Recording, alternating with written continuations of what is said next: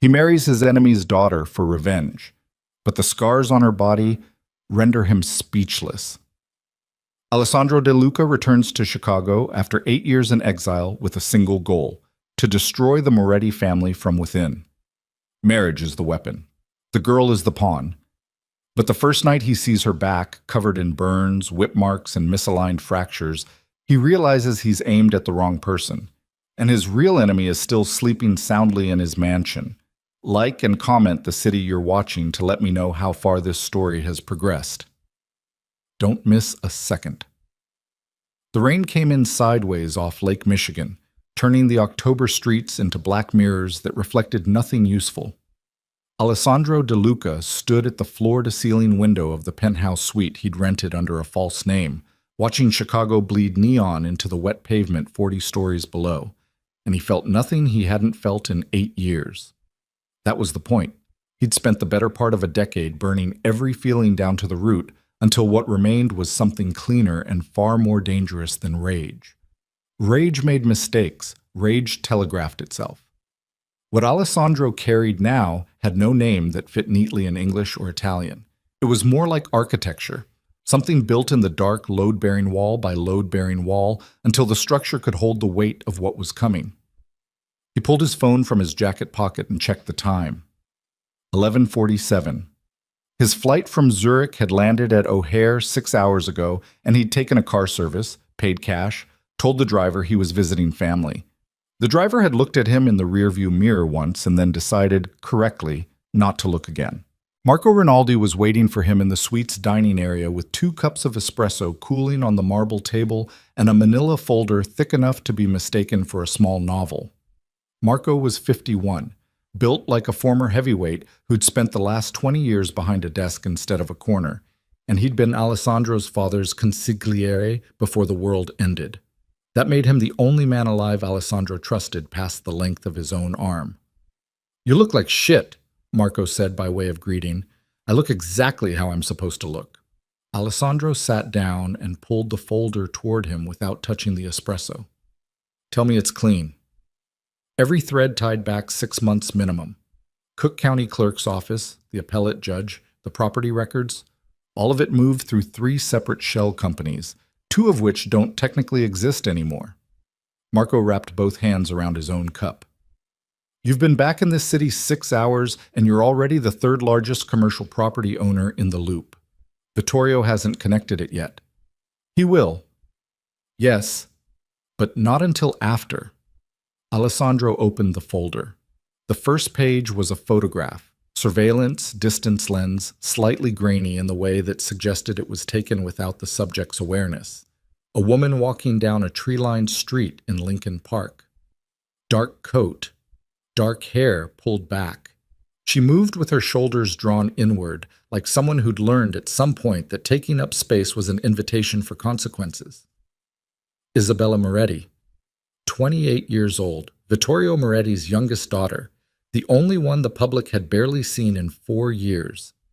Alessandro studied the photograph the way a contractor studies a blueprint, looking for load-bearing elements, structural weaknesses, entry points.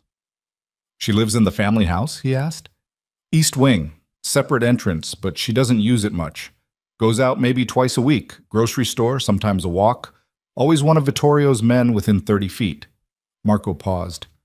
"She doesn't appear to have friends." "Deliberately isolated?" "That's how it reads." Alessandro set the photograph down and looked at the next page. Financial records. Isabella had no accounts in her own name, no credit cards, a clothing budget administered through Vittorio's personal assistant, phone bills paid by the estate. She was a grown woman living inside an infrastructure of control, so total it barely left a seam to find. He'd seen this before. Not often, but enough to recognize the shape of it. "Set up the meeting with Conti," Alessandro said. "The judge?" "He owes us for the Naperville situation. I want a marriage license processed in Lake County. Quiet. Inside a week." Marco was quiet for a moment. "You're actually going through with it. That was always the plan." "Alessandro." Marco set down his cup. His voice carried the specific weight of a man who knew better than to argue but was going to anyway. "The girl has nothing to do with what her father did. She has his name. That's not the same thing.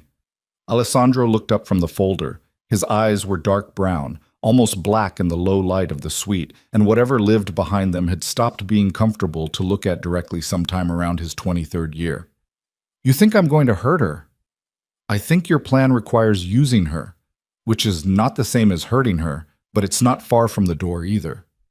She'll be safer with me than she is in that house. He said it flatly, like a statement of logistics, and turned back to the folder. Marco picked up his espresso and said nothing else on the subject, which was the most honest response he could give. Outside, the rain picked up. Somewhere below, a car alarm started and stopped. Chicago hummed its indifferent frequency into the night. 80 million years of commerce and blood and reinvention packed into a grid of streets that had burned once and rebuilt itself and never quite learned the lesson. Alessandro read until 2 in the morning and then slept for 4 hours, dreamless and still, like a man with a clear conscience or a man who no longer had one. The Moretti estate sat on a private road off Sheridan Avenue in Evanston, separated from the neighbors by 6 feet of limestone wall and a reputation that made the neighbors glad for the separation.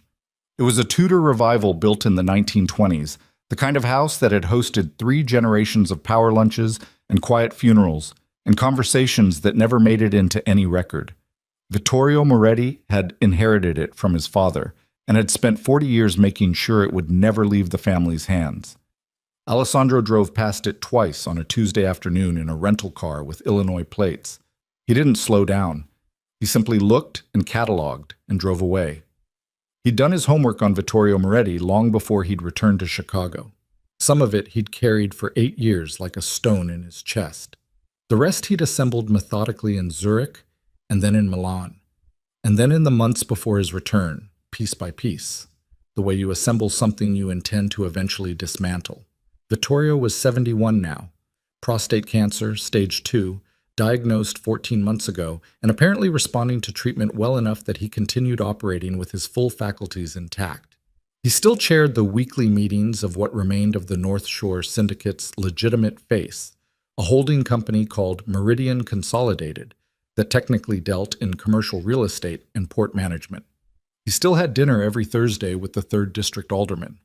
He still had 16 men on the street and a federal handler he'd been feeding information to for the better part of 2 decades, which was how Alessandro's father had ended up bleeding out in the back seat of a black Escalade on a Tuesday night in October, 8 years ago, almost to the day. The federal immunity deal had been Vittorio's masterstroke. He'd handed the DeLucas to the Justice Department in exchange for clean hands and expanded territory, an act of betrayal so thorough and so precisely timed that Alessandro had spent years simply trying to understand the architecture of it before he could begin building anything against it. Understanding it fully had taken until his 30th year. What he'd understood finally was that Vittorio Moretti's only consistent vulnerability was legacy, not money. Vittorio could rebuild money, not territory. Territory was negotiable. Legacy was different. Legacy was the reason the man had kept the Tudor house and the Meridian Consolidated name and the Moretti brand intact through every pressure the decade had brought. Legacy was what you left behind when everything else was taken.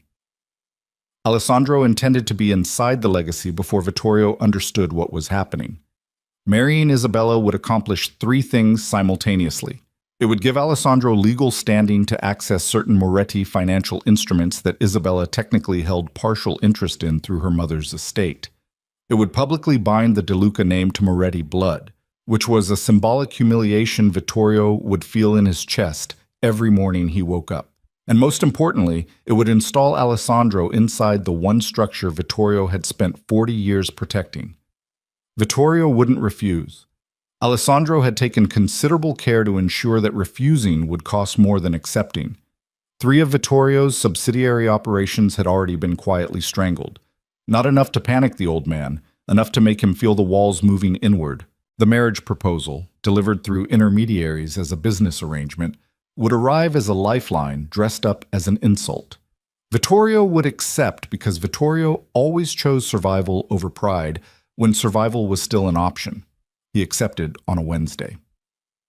The message came through 2 layers of cutouts, formal and cold, and written in the language of men who'd been doing business with enemies for so long that the transaction had its own grammar. Alessandro read the message in the penthouse suite, with Marco sitting across from him, and felt the thing in his chest that wasn't quite satisfaction. Satisfaction implied completion. This was only the first door. "He wants a meeting," Marco said. "He'll get one.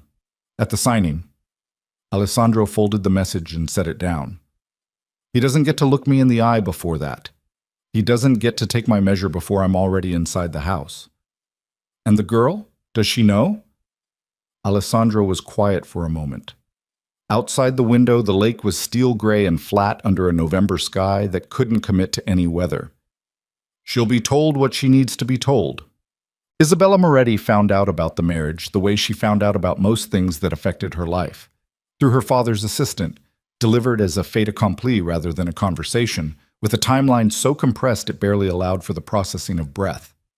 Lucia, who had been her father's personal assistant for 11 years and who had the emotional temperature of a well-maintained filing cabinet, told her on a Monday morning in the sitting room off the East Wing. "Your father has arranged a marriage. The ceremony will take place in 3 weeks. Here are the relevant papers for you to review." Isabella looked at the papers Lucia set on the side table. Then she looked at Lucia. "I'm sorry, can you say that again?" "A marriage has been arranged. Alessandro De Luca. Your father will brief you further this evening if you have questions." Lucia left. Isabella sat in the sitting room for a long time after that. The room was decorated in shades of cream and pale gold that her mother had chosen 30 years ago and that no one had ever changed. And the morning light came through the east-facing windows in a way that had been familiar to Isabella since childhood, and that felt, in that moment, like a language she'd forgotten how to speak. Alessandro De Luca. She knew the name. In this world, everyone knew the name. What it had been, what had happened to it, what the rumors said it was becoming again. She'd heard her father speak it over the years in the particular tone he reserved for things he was actively managing, which meant things he was actively afraid of. She did not know what it meant that Alessandro De Luca wanted to marry her. She knew enough about how the world she'd grown up in worked to understand that nobody in it married for reasons that had anything to do with the people getting married. She'd understood this abstractly for years. She simply hadn't understood it would arrive like this, on a Monday morning through an intermediary, 3 weeks' notice, no question in the delivery. That evening, her father summoned her to his study. Vittorio Moretti, at 71, was still a large man. Broad through the shoulders, white-haired now, carrying the illness in a slight economy of movement that was the only visible concession he'd made to it. His study smelled of tobacco and old paper, and something underneath that Isabella had never been able to name exactly, but that had been the smell of fear to her since she was 9 years old. "Sit down," he said without looking up from his desk. She sat. "You've been told about the arrangement." "Lucia told me this morning." "Good."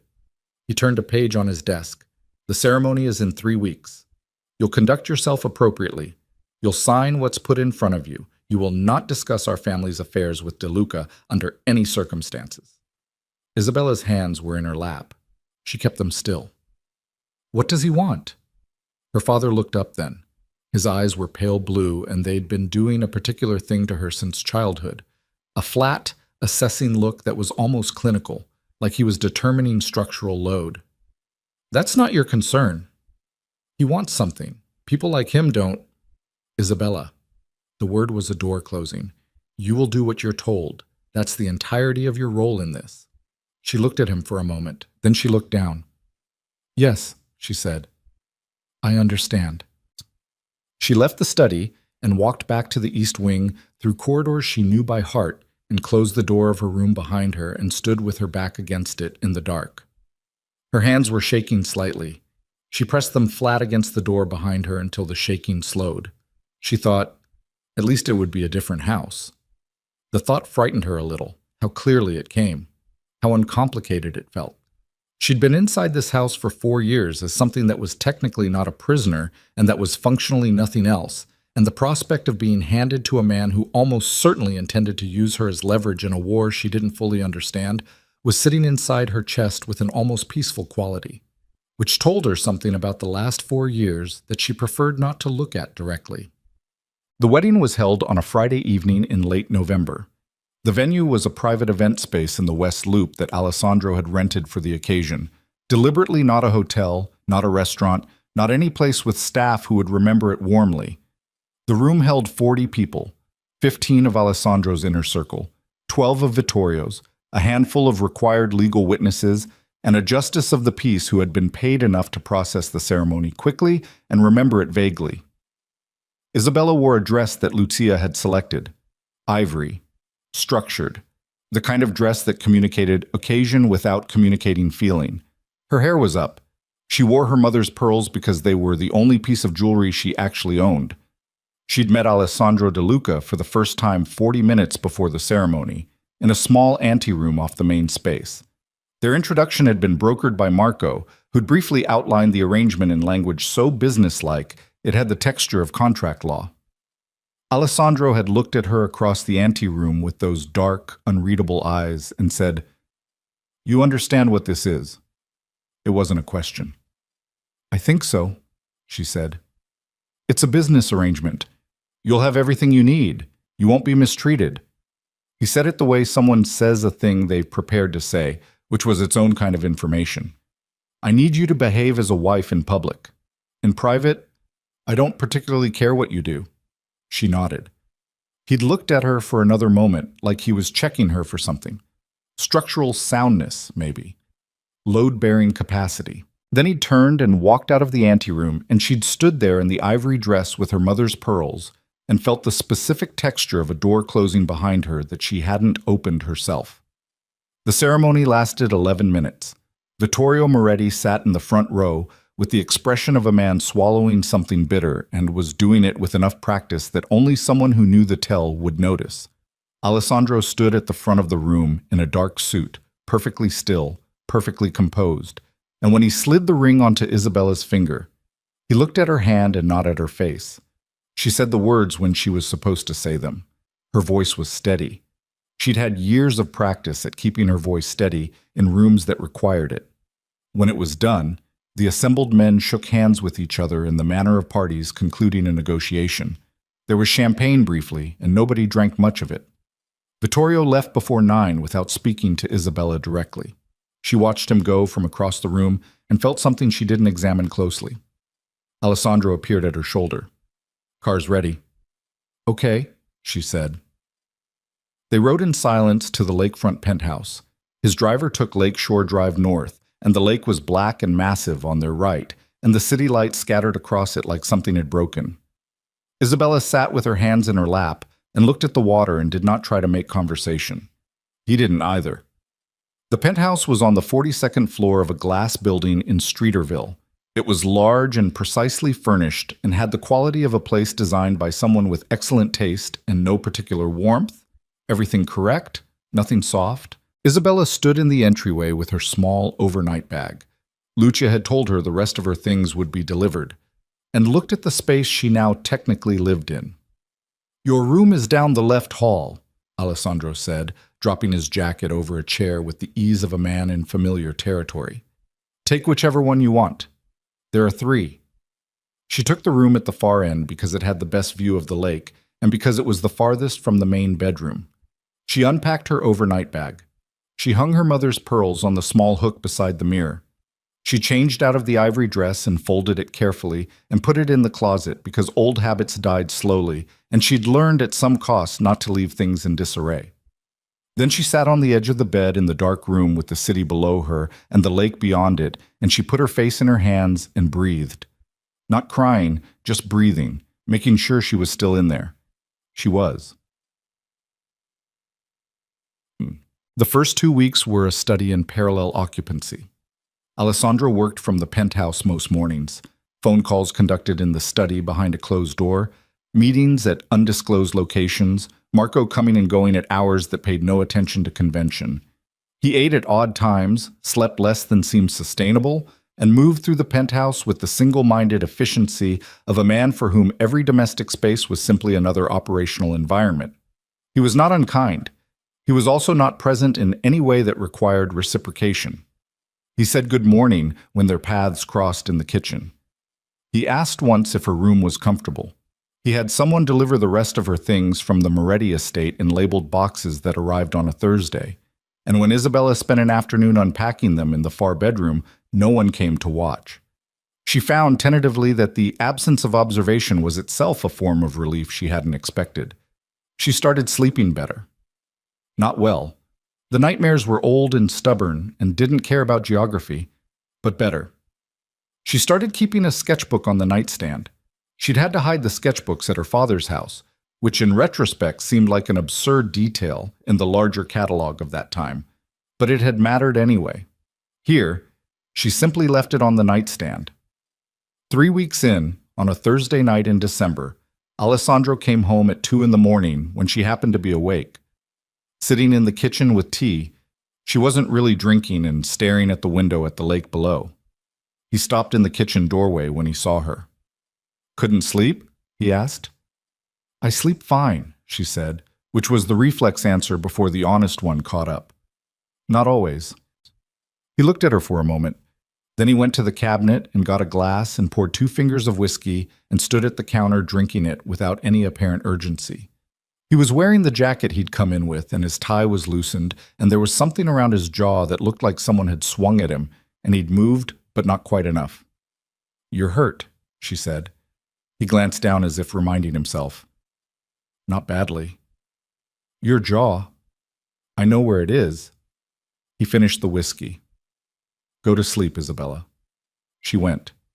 But she lay in the dark room and looked at the ceiling for a long time, and thought about the bruise on his jaw, and thought about a man who came home at 2 a.m, and thought about what kind of night required both. She knew the world she'd married into. She just didn't know yet what shape his version of it took. It was a night in late December that changed the architecture of everything. Alessandro hadn't known she was still awake. He'd assumed from the dark line under her door that she'd been asleep for hours. He'd come down the hall to the linen closet for a reason he no longer remembered afterward, and her door was open a few inches, not the way it usually was, and the bathroom light was on inside. He would have kept walking, but the angle of the light through the open door caught her reflection in the bathroom mirror. Isabella with her back to the mirror, reaching for something on the shelf above the sink, and the shirt she wore was thin and the bathroom light was direct, and the scars across her back were entirely visible. He stopped. Not from propriety, from the sheer arresting fact of them. They were not the scars of accidents. He'd seen enough of both in his life to know the difference with the certainty of someone who has spent years reading damage. The pattern across her upper back, 2 long parallel marks, raised and slightly discolored, came from a belt or a strap, applied more than once, applied with intent. The circular scar low on her left shoulder blade was a burn, something small and precise, cigarette or cigar, or the application of deliberate heat. And along her right rib cage, visible as she reached, the slightly uneven line of old fractures healed without surgical intervention. Bones that had broken and been left to find their own way back to function. Isabella lowered her arm and reached for the light switch, and Alessandro moved before she turned, stepping back from the door and down the hall and into the kitchen, and standing there in the dark with his hands flat on the counter. His heart was doing something loud and disorganized. He knew what those scars meant in aggregate. Not accident, not one event. A sustained period of violence applied to a person who had no ability to remove themselves from the source of it. The scars of captivity, of someone who'd been kept. He stood in the kitchen in the dark for a long time. He thought about the way she sat with her back to walls, the way she answered questions with her eyes slightly down before she corrected it, the way she'd said, "Yes, I understand," in his study that first evening with the tone of someone who'd learned that the shape of their compliance mattered to the person receiving it. He'd read those things as personality, as temperament. He was revising that assessment now, standing in the kitchen at 1 a.m, and the revision was doing something to the architecture he'd spent 8 years building. The woman he'd married as a weapon. The weapon his enemy had already been using for years before Alessandro ever got there. He stayed in the kitchen until he heard her door close. Then he stood there longer. The lake made no sound from 42 stories up, but he knew it was out there in the dark. Vast and indifferent, the way it had always been, the way it would be after all of this was finished. He thought about his father's voice in the back seat of the Escalade. Thin and precise even at the end, the way that voice had always been. never forgive the Morettis. He'd carried that instruction for 8 years without questioning it. He'd rebuilt an empire around it. He'd designed an act of revenge precise enough to outlast the man he was taking revenge on. But standing in the kitchen of the penthouse at 1 in the morning, he was beginning to understand, with a clarity that felt almost physical, that he had walked into a room he hadn't finished mapping. And somewhere down the hall, behind a closed door, the woman he'd married was sleeping in a house that was safer than the last one, with scars on her back that told a story he hadn't known to ask about. His phone buzzed on the counter. Marco's number. Alessandro stared at the screen. His jaw was tight. Something in his chest was doing something he didn't have clean language for yet. He answered it. "We've got a problem," Marco said. "Vittorio just made a move on the Navy pier shipment. 3 of our guys. Alessandro I heard you." "He's not waiting. Whatever he thinks is happening, he's not waiting." Alessandro looked down the dark hallway toward the closed door at the far end. The weight of what he'd just understood and the weight of what Marco was telling him pressed against each other inside his chest, and neither yielded to the other. "Get the cars," Alessandro said. "I'll be down in 10 minutes." He hung up. He stood in the kitchen for one more moment, looking at nothing. Then he put the phone in his pocket and went to get his jacket and walked out of the penthouse into whatever was coming next, leaving behind a silence that felt, for the first time in 8 years, less like clarity and more like the moment before something you can't take back. The Navy pier shipment had been 3 containers of industrial equipment, legitimate on paper, which was the point, moving through a bonded warehouse off the lakefront before redistribution to buyers in Milwaukee, and Detroit. The operation had been running clean for 6 months. Alessandro had used it specifically because it was clean, because the best way to rebuild a financial infrastructure after 8 years in exile was to start with things that could survive scrutiny before you layered anything complicated on top. Vittorio had known exactly what he was hitting. The warehouse was still smoking when Alessandro arrived. 2 fire trucks and a CPD unit were managing the scene from the perimeter, which meant someone had called it in fast enough to keep it from spreading to the adjacent buildings. 3 of Alessandro's men had been inside when the devices went off. 2 were at Northwestern Memorial. 1 wasn't going anywhere. Alessandro stood in the cold with Marco at his shoulder and looked at what was left of the warehouse entrance and said nothing for a long time. "Semtex," Marco said quietly. "Small charges placed high on the interior columns. Whoever said it knew what they were doing. Wanted the roof, not the walls. Maximum internal damage. Controlled perimeter. Professional. Not Vittorio's usual. He's using someone new." Alessandro tracked a firefighter moving along the eastern wall with a thermal camera. The air smelled of burning synthetic material and wet concrete, and something underneath that he'd learned long ago not to identify too precisely. Who died? Caruso. He kept his face still. Caruso had been 26, had a wife in Bridgeport and a daughter who was almost 2. Alessandro had known him for 8 months, which wasn't long enough to constitute a real accounting, but was long enough to owe him something. "Get his family moved," Alessandro said. "Tonight. Use the Naperville safe house. Don't let them stay in Bridgeport." "Already called." "And the 2 at Northwestern?" "Ricci's got a broken collarbone and burns on his forearms. He'll keep. Dominguez took a piece of ceiling on his left leg. They're not sure about the knee yet." Alessandro turned away from the warehouse. The cold off the lake was the specific kind that got inside your coat and stayed there. And he felt it now, in a way he hadn't an hour ago, when he'd been standing in his kitchen thinking about scars. He'd compartmentalized that, filed it in a section of himself he'd deal with when the operational situation permitted. He was good at compartmentalizing. He'd had to become good at it. "Vittorio sent a message with the hit?" he asked. Marco pulled his phone and read from the screen. "Return what is mine, and the account is settled." Alessandro almost laughed. It came out of him without warmth, a short exhalation that was mostly air. "He thinks she's property." "She is, to him." "What does he think I'm going to do? Hand her back?" Marco pocketed the phone.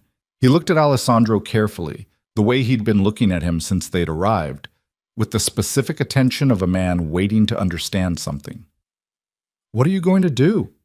Alessandro looked at the smoking warehouse one more time.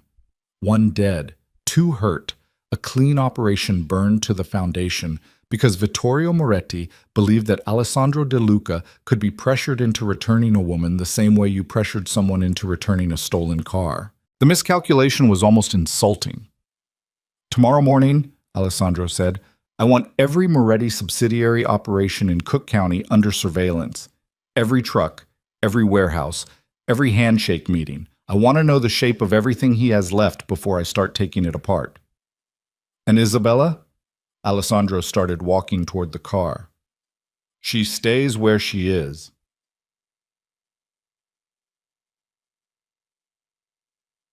He got back to the penthouse at 4:30 in the morning. The hallway light was on, the small one near the entry that they'd both taken to leaving on, a habit that had developed without discussion. Isabella's door was closed. He stood in the entry for a moment, listening to the quality of the silence, which was the silence of someone asleep rather than someone awake and quiet, and he was surprised to find that the distinction mattered to him. He showered and changed and sat in the study with a glass of water and his laptop and worked until 7. At 7:15, he heard movement in the kitchen and the specific sound of the coffee machine, and at 7:40, he walked down the hall and found Isabella at the kitchen table with a mug and the sketchbook open in front of her. She looked up when he came in. Her eyes went to his face and stayed there a beat longer than usual, which meant she was reading him, which meant she was better at it than he'd given her credit for. "Something happened last night," she said. Not a question. "Business." "You came in at 4:30. He went to the coffee machine. "You were awake." "I heard the door." A pause. "Is everyone—" "Don't." He said it without turning around. "You don't need to ask about the operational side of things." She was quiet. He poured his coffee and turned and leaned against the counter and looked at her across the kitchen, and she was looking back at him with an expression he was still developing the vocabulary for. Not fear, not quite. Something that lived in the same neighborhood as resignation, but wasn't that either. "I'm not asking for information," she said carefully. "I'm asking if people got hurt." He looked at her. "One man died." Something moved through her face. "I'm sorry." "You didn't do anything." "No." Her voice was even. "But you should still be able to hear it." He didn't answer that. He drank his coffee, and she closed the sketchbook without making a production of it, and they were in the kitchen together for another few minutes, in a silence that had a different quality than the silences 2 weeks ago. Charged differently. Aware of itself. "Your father sent a message," Alessandro said. Her hand stilled around the mug. "What kind of message?" "The warehouse fire was his. He wants you back." Alessandro watched her face. "He called you what is mine?" Isabella didn't react the way he expected. She didn't panic or go pale or reach for composure like it was a tool she needed. She went very still in the particular way that Alessandro was beginning to understand meant she was managing something internal that she didn't intend to let reach the surface. "He's not going to stop," she said. "No. People are going to keep getting hurt because of me." "Because of him." Alessandro set down his mug. "There's a difference." She looked at him then, directly, with something that was almost confrontational. "Is there? You married me to use against him. He burned your warehouse to get me back. The variable in both equations is the same." The accuracy of it landed in his chest with a precision that was uncomfortable. He held her gaze and didn't look away from it. "Yes, the variable is the same." She nodded once, like he'd confirmed something she'd already decided to accept. She picked up her mug and stood. "I won't get in your way," she said. "I know what this is." She left the kitchen. Alessandro stood at the counter and looked at the space she'd occupied and thought, with the cold part of his mind that was always running calculations, "She is smarter than I planned for." The warmer part, which he was less accustomed to consulting, thought something else entirely. Marco came to the penthouse at 10 with Teo Rinaldi, no relation to Marco despite the name, who ran Alessandro's intelligence operation, and who had the energy of a man who consumed information the way other people consumed caffeine, constantly, compulsively, and with significant irritability when deprived. They spread a city map across the dining table, and Teo talked for 40 minutes while Alessandro listened and Marco annotated. Vittorio's remaining operations in Cook County were fewer than Alessandro had expected, and in worse shape than the public accounting suggested. 3 warehouses in the South Loop, still operational but running at reduced capacity. A transportation company in Cicero that moved legitimate freight and less legitimate freight in approximately equal proportion. A property management company in River North that existed primarily to launder money through residential real estate transactions. And the estate in Evanston, which was the command center for everything and which was staffed accordingly. "He's bleeding," Teo said. "Has been since spring. Whatever hit his Bridgeport operation in August, and I'm going to guess that wasn't random, took out his primary cash liquidity. He's been restructuring since then, and it hasn't gone smoothly." Alessandro kept his expression neutral. The Bridgeport operation in August had been one of his, run through a third-party contractor with no visible connection to DeLuca interests. "So the marriage wasn't just about the symbolism," Marco said. "No. He was looking at Isabella's inheritance from her mother, the Tesoro Trust, about 40 million in commercial property interests held in her name since she turned 25. Vittorio can't touch it directly. But if he could position himself as managing her affairs under some kind of guardianship argument..." Teo shrugged. He'd been building that case for 2 years, having her declared incompetent, basically. Quietly. Alessandro went very still. He was going to have her declared incompetent, he said. Not a question. He was repeating it because the fact of it needed to finish arriving. The paperwork was in process. 2 psychiatrists on his payroll, a Cook County probate attorney, the whole apparatus. Teo folded his arms. "Your marriage killed it. You took her out of his household, and his legal guardianship argument evaporated overnight.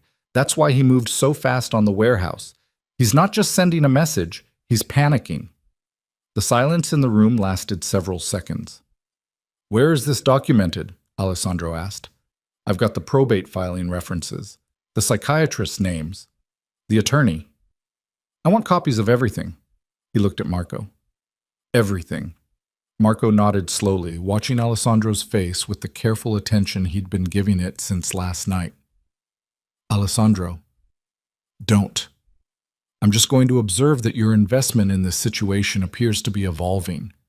My investment in this situation is exactly what it's always been." Alessandro straightened and looked at the map. "I want the Cicero Transportation Company's contracts pulled within 30 days. Use the alderman contact to get an inspection flagged. And the River North Property Company. I want a competing offer on their flagship holding by end of week. Outbid them by 12%. Teo started making notes. "And Vittorio's personal security," Alessandro continued. "How many on the estate?" 8 on rotation, 4 overnight."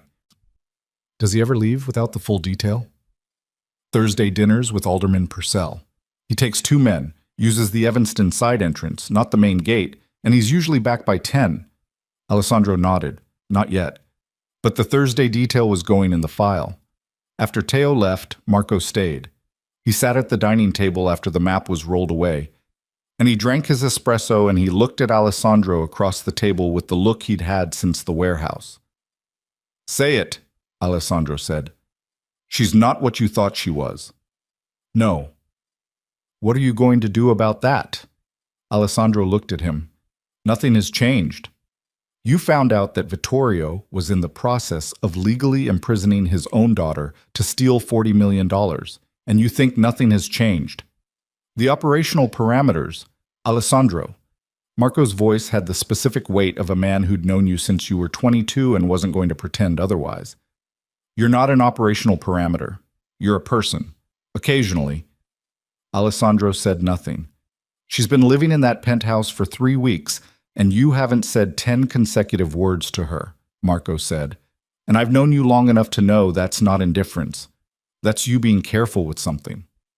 "You're overreading it." "Maybe." Marco stood and picked up his jacket. "I watched your father make the same face over your mother for 20 years. I know what careful looks like on a DeLuca." He left before Alessandro could formulate a response to that, which was almost certainly intentional. It snowed the first week of January. Real snow, not the flurry and melt cycle the city had been doing since December, but the genuine article, 8 inches overnight and then another 4 during the day, the kind of accumulation that quieted the city into something that almost sounded peaceful. Alessandro found Isabella in the living room at midday, standing at the floor-to-ceiling window with the sketchbook propped against the glass, drawing the skyline as it disappeared into white. She heard him come in, and her shoulders made the small adjusting movement they sometimes made, the half flinch that she'd gotten better at suppressing but hadn't eliminated entirely. He went to the kitchen and came back with 2 coffees and set one on the side table near her without saying anything. She glanced at it, then at him. "Thank you," she said. He sat on the couch and picked up the briefing document he'd been working through and read it without reading it. And she went back to drawing, and they were in the room together in a way that was... He searched for the right word and landed on sustainable, like 2 people who'd negotiated, without language, the terms of a shared space. After a while, she said, without looking up from the sketchbook, "My mother used to say Chicago in snow looks like a city that's trying to forgive itself." He looked up. "Did she grow up here?" "Born and raised. She used to take me to the lakefront in winter when I was small. Before..." A pause, small and self-contained. "She died when I was 14. "I know," he said, and then recognized that this might require explanation. "I did research before the marriage." She glanced at him. Not offended exactly, more like she'd confirmed a hypothesis. "What else did your research tell you?" "Enough." That's not an answer." He set down the document, looked at her directly. "That you've been largely absent from public life for 4 years. That your father's official explanation was health reasons. That you have a partial interest in the Tesoro Trust from your mother's estate." She absorbed this. Her pencil moved across the page. "What did you think health reasons meant?" He was quiet for a moment. "Before last month? I didn't think about it much. And now?" The directness of it caught him slightly off guard. She was looking at him now, over the top of the sketchbook, and her eyes had something in them that was neither accusatory nor forgiving, just clear, interested in accuracy. "Now," he said carefully, "I think your father is a man who creates problems and then invents explanations for them." She looked at him for a moment longer, then she went back to the drawing. "That's diplomatic." "It's accurate." "It's both." A beat. Outside, the snow was still coming down. The city 30 stories below was muffled and white and looked nothing like itself. "He was going to have me declared mentally incompetent," she said. Still drawing. Her voice was level in the way that required effort. "I found out about it 8 months ago. One of the psychiatrists he was using left a document folder on the desk in the East Study, and I saw my name on it." Alessandro went very still. "I'd suspected something like it for a while. The way he'd been talking to Lucia about managing my affairs, as if I wasn't capable of managing them myself. The way the attorney started coming to the house." She paused. "When I found the folder, I thought about going to the FBI. I'd done that before, actually, years ago. It didn't go well. The burn scar, low on her left shoulder blade, something small and precise. He did the math, and it arrived in his chest like a fist." "He found out," Alessandro said. She didn't answer directly. Her pencil stopped for a moment and then resumed. "I stopped thinking about external options after that. I focused on getting through each day. That was the strategy." He looked at her, at the economy of her movement, at the pencil moving across the page with the steady attention of someone who'd learned that small, controllable things were what kept the larger ones bearable. "I need to tell you something," he said. She looked up. "The research I did before the marriage wasn't complete. I didn't know what I was walking into, in terms of what had been done to you." He heard himself and the sentence felt inadequate, which it was. "I used you as a strategic instrument without knowing the full context. That's something I'll need to carry."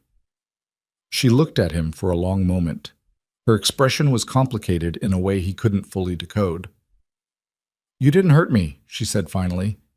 "That's a low bar. You'd be surprised how high it feels sometimes."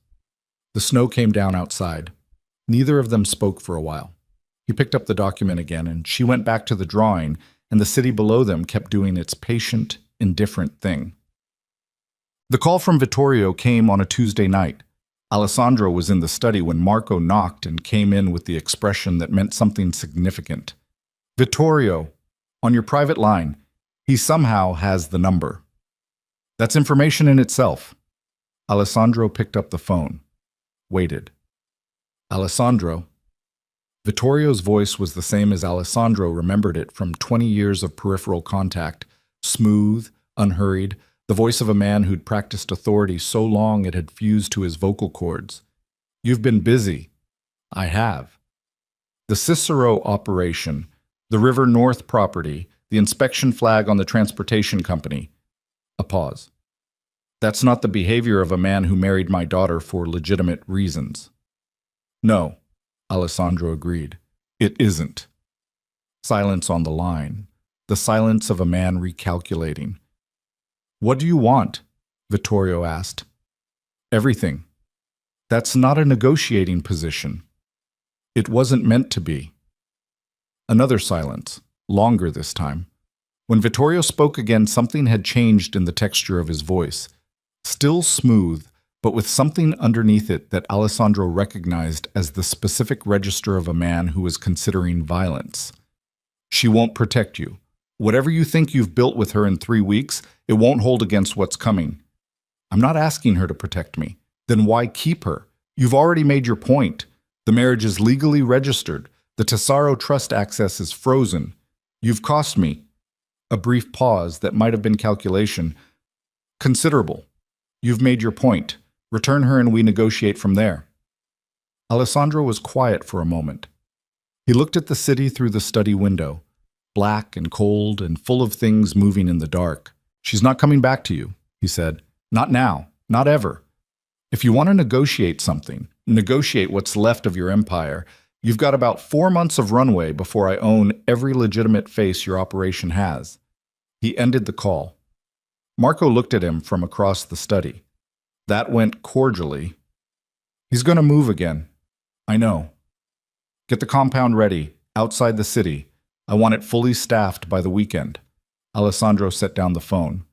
"And I want Teo on Vittorio's security rotation. If he changes his Thursday pattern..." "Alessandro." Marco's voice was careful. "Are you moving her to the compound because she's strategically valuable or because you're concerned for her safety?" Alessandro looked at him. "Because those are different things," Marco said, "and how you answer determines what your next 3 moves look like." Alessandro didn't answer. He looked at the study door and thought about a woman drawing a snow-covered skyline with steady hands and talking about evidence she'd found and choices she'd made when the options were terrible and she'd survived them anyway. "Both," he said finally. "Get the compound ready." Done. He told Isabella the next morning at breakfast. She was at the kitchen table with her coffee and the sketchbook again. It had become the morning constant, he'd noticed. The sketchbook and the coffee and the specific quality of her attention in the early light before the day required anything of her. He sat across from her. "We're moving out of the city this weekend. There's a property about an hour northwest, more secure." She looked up, processed this. "Because my father called." "Yes." "What did he say?" "That you wouldn't protect me. That whatever we'd built in 3 weeks wouldn't hold." He watched her face. "He wants you back." Something moved in her expression, not fear he'd identified by now, but something adjacent, a bracing quality that preceded difficult information being handled. "He's not going to stop." "No." "Moving further away won't end it." "No," he agreed. "It's a delay, not a solution. I'm buying time while I finish taking his operations apart. Once his financial infrastructure is gone, he's just a sick old man with 8 security guards and a house." She was quiet. Her hands were around the mug and she was looking at the tabletop and thinking about something he didn't have access to yet. "Isabella?" She looked up. "You're not a prisoner in this." He said it carefully because accuracy mattered here. "I need you to understand that. The compound is secure. You can move through it freely. If there's something you need, you say so." She looked at him with that clear, direct look she'd been giving him more frequently in the last 2 weeks. Why are you telling me this? Because you've spent enough time being managed without explanation. A pause. Long enough to mean something. Okay, she said. Okay. She went back to the sketchbook. He went back to his coffee. Outside the penthouse window, Chicago was hard and cold and bright with winter sun, and somewhere in Evanston, an old man was on the phone rearranging the pieces he had left, planning the next move in a game he didn't yet understand he'd already lost. What neither of them knew, sitting at that kitchen table in the ordinary morning light, was that Vittorio had already made the decision that would end everything. Not a warehouse this time, not a message through intermediaries. Something that would arrive at the compound on a Thursday night with the precision of a man who had nothing left to protect except his rage. Alessandro's phone buzzed on the table between them. Teo's number. He answered it, and Teo's voice came through tight and fast. Vittorio just burned the Thursday pattern. 2 cars, 6 men, heading northwest on the tri-state. Alessandro, they know where the compound is. Alessandro was on his feet before Teo finished the sentence. Isabella looked up from the sketchbook and read his face, and her own went very still. How long? Alessandro said into the phone. 40 minutes, maybe less. He hung up and looked at Isabella across the kitchen table, and for one moment neither of them moved, and the morning light held them both, and the coffee was still warm and the sketchbook was open to a half-finished drawing of a skyline that looked like it was trying to forgive itself. We have to go, he said, right now. And Isabella Moretti closed the sketchbook, stood up, and did not ask a single question, because she'd spent 4 years learning that when the window opened, you moved through it before it closed again. And whatever came next, They took the service elevator down to the parking structure because the lobby had cameras that fed to a security company Alessandro no longer trusted completely. And in 40 minutes or less, there would be 6 of Vittorio's men on the tri-state doing 70 miles an hour toward a location that was supposed to be unknown. Alessandro had his phone to his ear calling Marco before the elevator doors closed. Isabella stood beside him with her coat half-buttoned and the sketchbook still in her left hand. She'd grabbed it without thinking and then seemed to notice and looked at it like she was deciding whether to be embarrassed about it. She kept it. Marco. Alessandro's voice was flat and operational. Compound is burned. Vittorio has the location. I need the Elmhurst safe house opened in the next 20 minutes, and I need 4 men there before we arrive. Use Carbone and whoever he trusts. How did he get the compound location? Marco said. That's the question we're going to spend tonight answering. Right now, I need the Elmhurst house. 20 minutes. Go. The elevator opened into the parking structure, and Alessandro moved fast, hand briefly at Isabella's elbow to direct her left toward the secondary vehicle. Not the car he used most often, the one that had the registered plates and the predictable fuel pattern. A gray Tahoe that Teo maintained under a corporate LLC with no visible DeLuca connection. Isabella got in without being told to get in the front or the back. She got in the front, which meant she was treating this as something other than being chauffeured, which he noted without examining. He pulled out of the structure and turned south and then west and checked the mirror 3 times in the first 6 blocks. Are we being followed? She asked. Not yet. But possibly. Possibly. He merged onto the expressway and settled into the middle lane. Not the left, where speed drew attention. Not the right, where exits created patterns. The compound location was known to approximately 8 people, as of this morning. She was quiet for a moment. You think someone told him? I think Vittorio doesn't find things. Things get brought to him. He checked the mirror again. Has anyone contacted you since the wedding? Any messages, any calls to a phone I don't know about? She turned her head and looked at him. The look was not offended. It was the look of someone deciding how to be accurate. No, I don't have a phone you don't know about. I don't have any phone. The one I use was set up by Marco. Has anyone approached you? At the building? On the street? I don't go on the street alone. He knew that. He'd noted it without registering it as the data point it was. She didn't go out alone.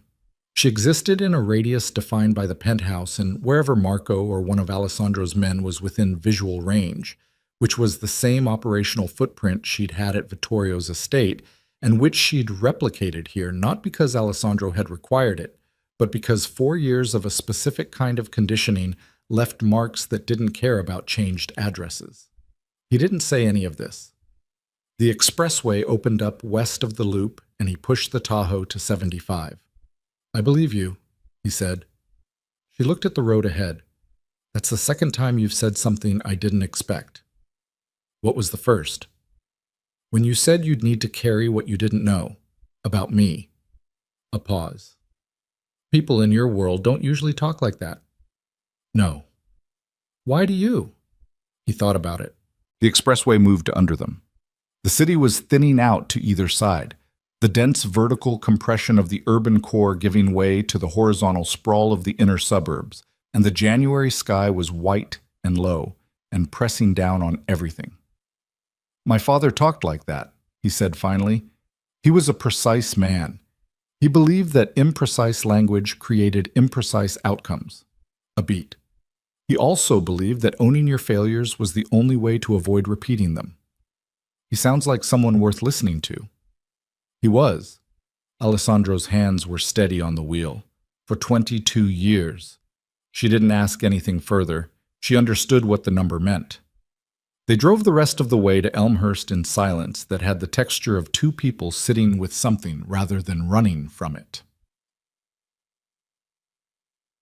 The Elmhurst safe house was a colonial on a residential street that looked indistinguishable from every other house on the block, which was the point.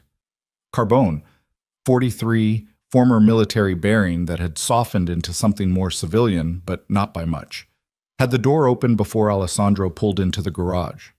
Inside, clean, functional, aggressively ordinary. 3 bedrooms, a kitchen stocked with the basics, a study with a locked cabinet that held the less basic basics. Carbone had 2 men already positioned, one visible in the kitchen, one Alessandro knew was in the backyard without being told. "Fourth man?" Alessandro asked. "Polly's on the perimeter, street-level walk."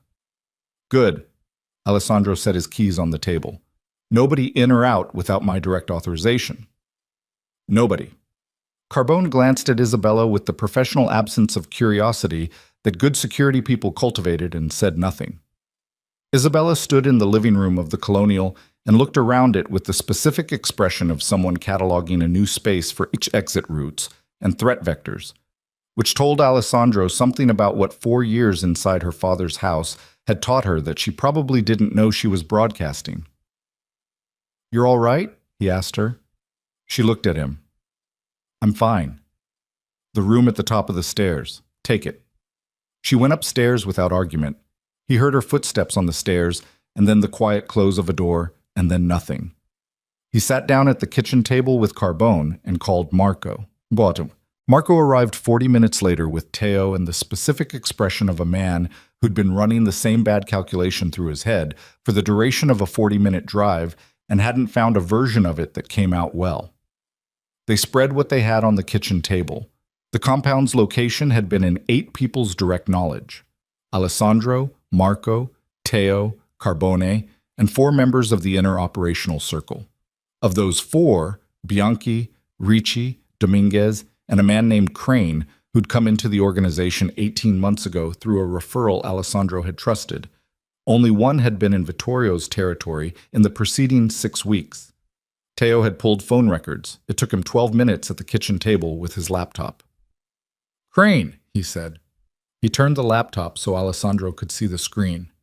11 calls to a number registered to a shell company in Rosemont. The shell traces to Meridian Consolidated within 2 hops. Alessandro looked at the screen.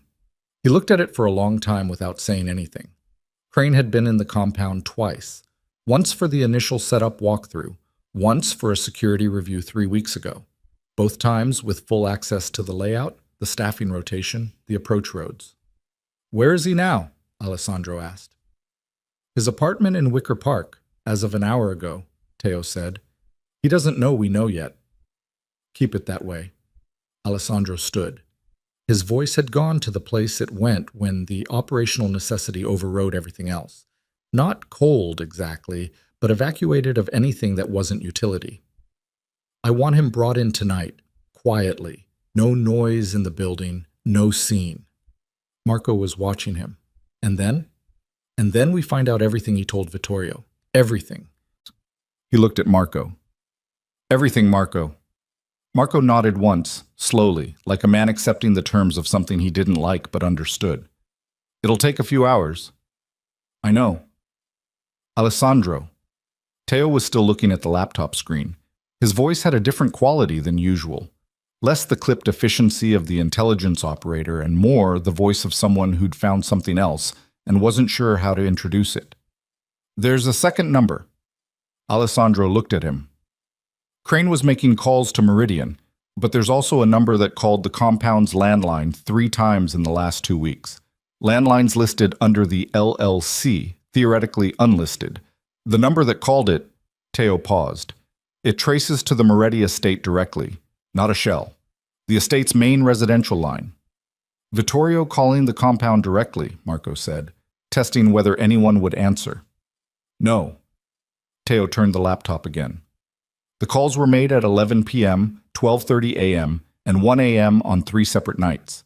Vittorio doesn't make calls after 9. His phone records show nothing after 9 for the last 6 months, consistent with someone managing a health condition. He looked at Alessandro. Someone else at the estate was calling the compound landline. The kitchen was very quiet. Alessandro thought about the 8 people who'd known the compound location. He thought about the 4 in his inner circle.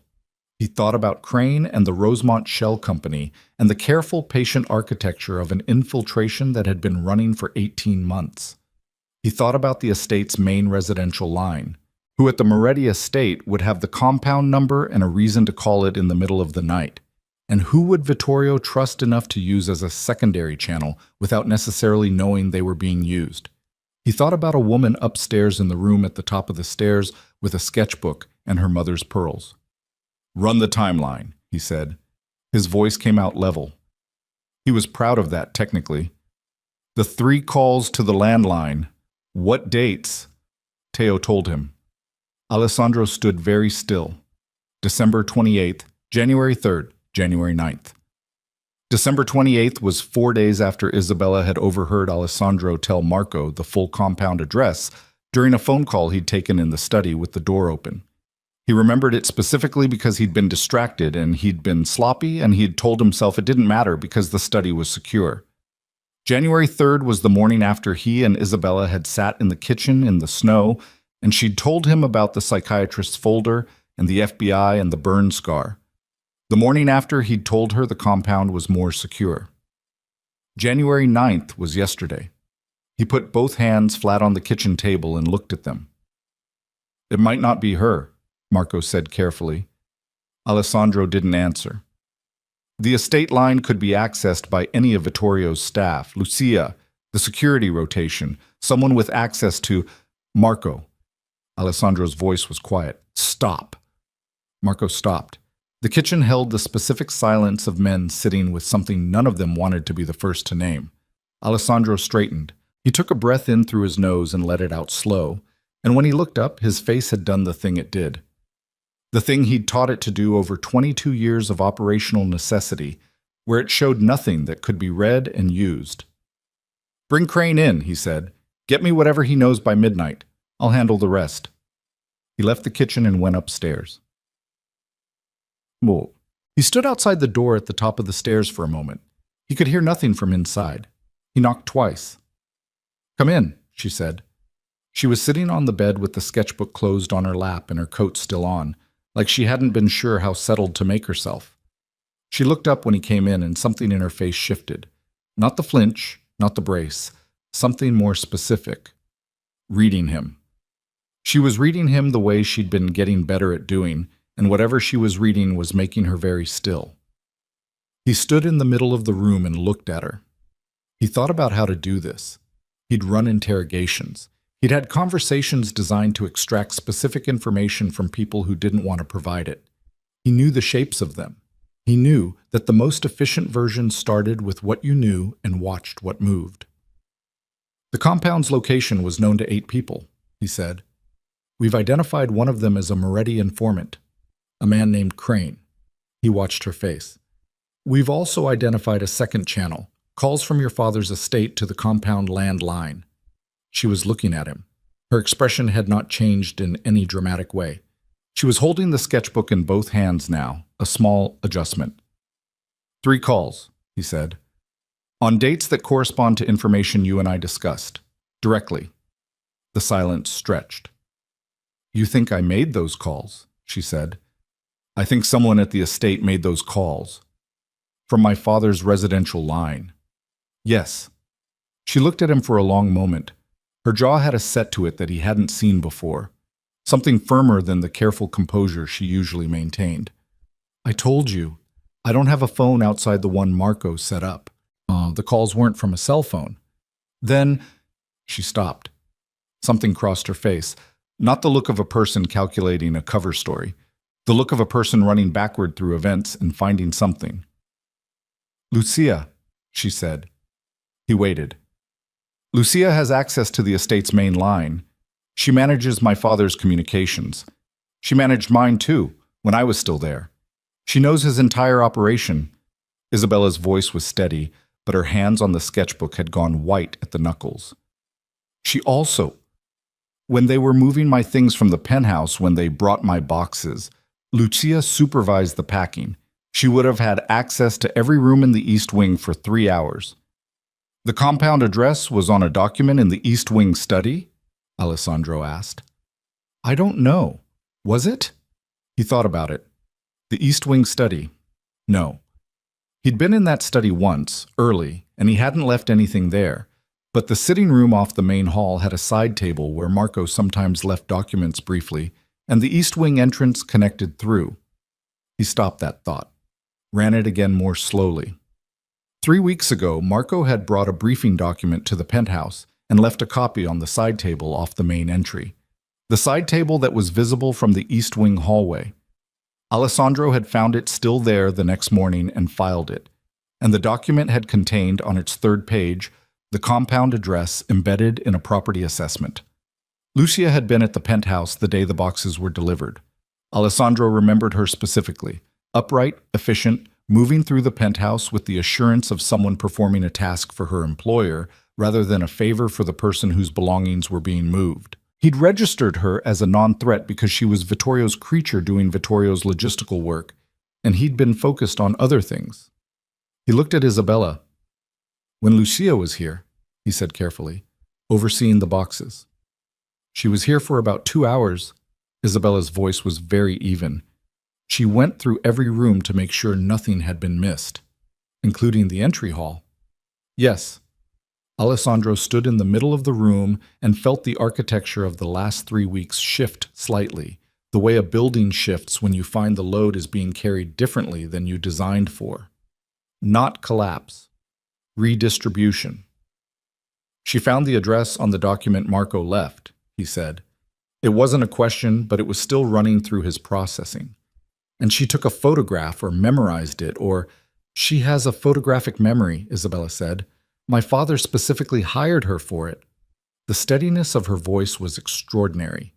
He was watching her face, and he could see the cost of the steadiness, the slight tension along her jaw, the controlled quality of her breathing, but the voice didn't break. I didn't make those calls, she said. I need you to hear that as clearly as I can say it. I did not contact my father's estate. I have not contacted anyone outside this apartment since the wedding. He looked at her. The thing he'd built in his chest over 8 years, the architecture, the load-bearing walls, the structure designed to hold the weight of revenge without requiring him to feel the weight, was doing something it hadn't done in a very long time. It was asking him to make a choice. He could hold the suspicion. Operationally, it was the correct move. You didn't discard a hypothesis because the subject denied it with conviction. Conviction was cheap, and people with enough practice could sustain it under significant pressure. He knew this. He'd seen it. He'd used it himself. Or he could choose to believe her, not because the evidence was conclusive, it wasn't, but because he'd been watching her for 3 weeks with the specific attention of a man who started out looking for structural weaknesses and had found progressively something else. And what he'd found didn't have the shape of betrayal.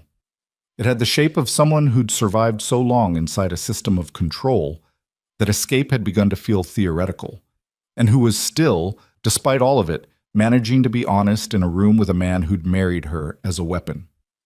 He thought about the sketchbook she'd grabbed on the way out of the penthouse. "I believe you," he said. She let out a breath. Not dramatic, small and controlled, a millimeter of release in the set of her shoulders. Her hands on the sketchbook loosened. "Thank you," she said. "Don't thank me. It doesn't mean the situation is less dangerous. It means the breach came from a different vector than I thought." He turned toward the door. "Stay in this room tonight. Don't open the door for anyone except me or Marco." "Alessandro." He stopped with his hand on the doorframe. "Lucia has been with my father for 11 years, Isabella said. She knows everything. His operations, his accounts, his contacts, everything she's passed to him about you." A pause. "She would have told him about the conversations in the kitchen, what you told me about your strategy, what I told you about—" She stopped. He turned around. Her face had gone to a specific place he recognized now. The controlled surface over something that was working hard underneath.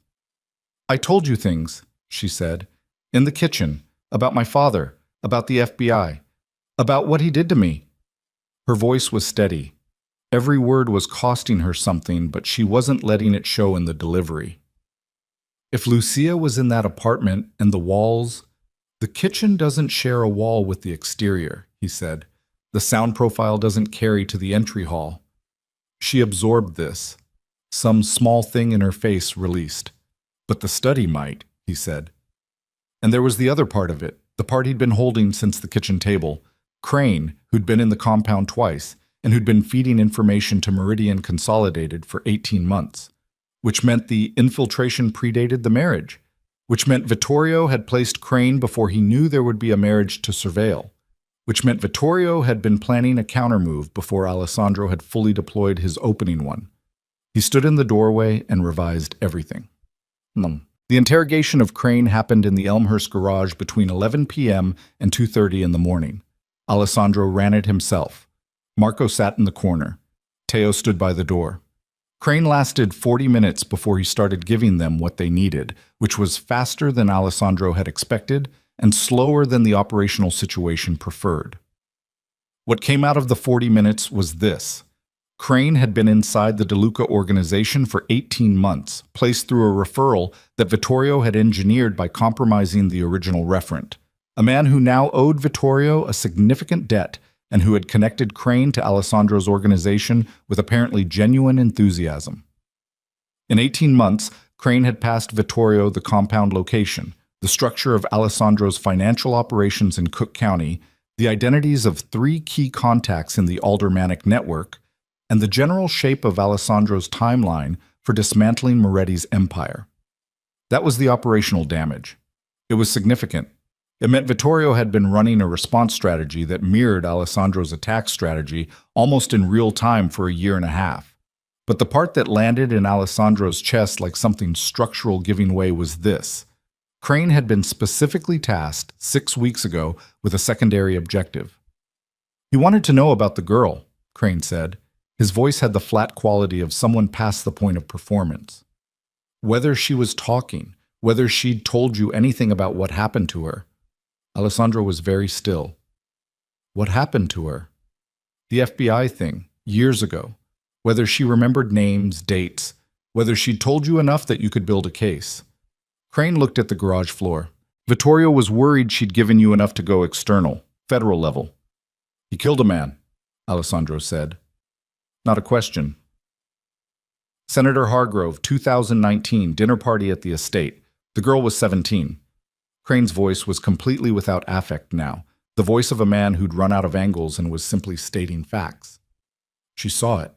Vittorio locked it down immediately. That's why she's been—" He stopped. "Say it," Alessandro said quietly. "That's why she's been the way she's been."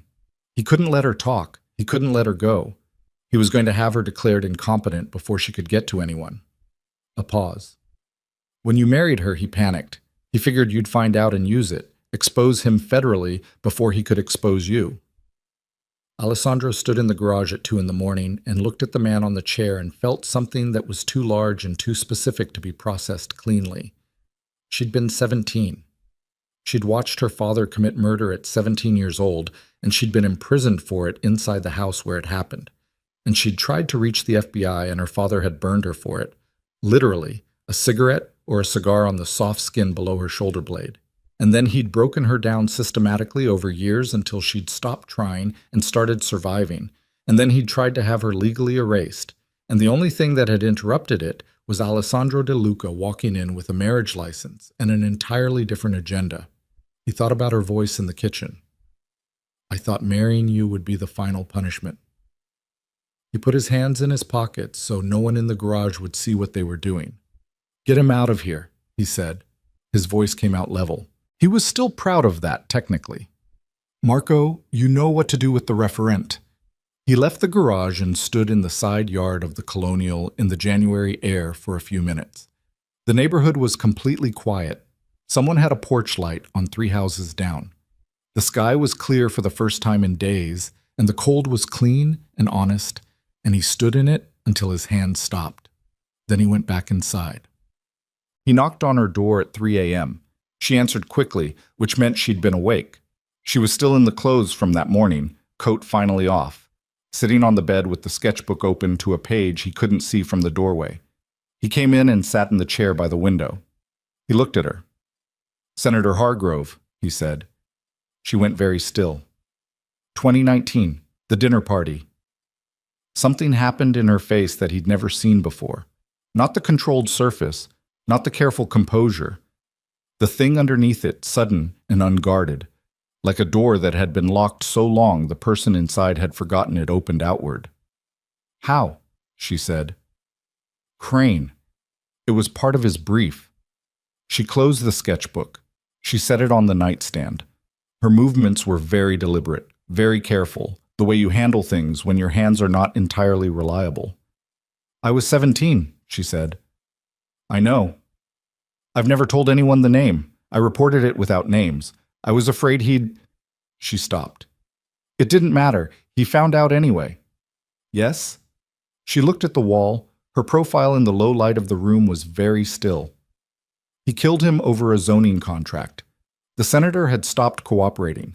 My father had him to dinner and poured him wine and listened to him explain why the arrangement no longer worked for him. And then, her voice was doing something it rarely did, running on without the usual editing, the words coming in the order. They arrived rather than the order she'd prepared. I was supposed to be upstairs. I came down for a glass of water. I was 17, and I came down for a glass of water, and I saw my father do it, and he saw me see him, and that was the night everything... She stopped. Alessandro said nothing. He sat in the chair by the window and let the silence be what it was. I thought if I could get it to the right people, she said after a moment. Her voice had steadied back to the controlled register, but something was different in it now.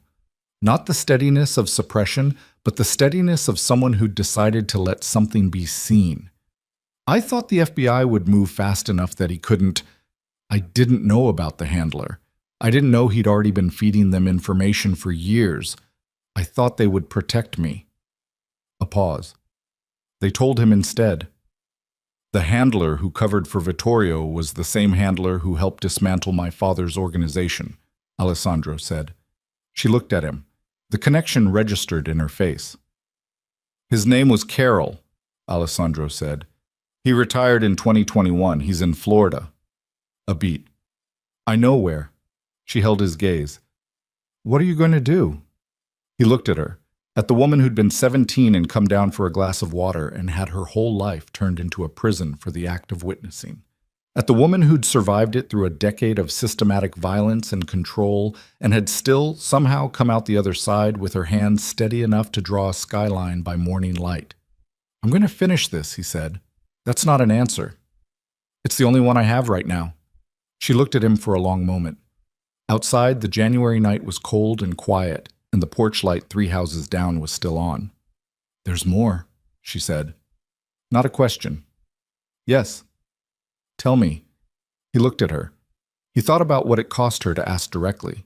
He thought about what it would cost him to answer directly, what it required him to be. Not the architect of a revenge structure, not the operational commander of a financial demolition campaign, but a man sitting in a chair by a window telling another person the truth about their situation. Your father isn't going to negotiate, he said. The warehouse, the compound location, Crane.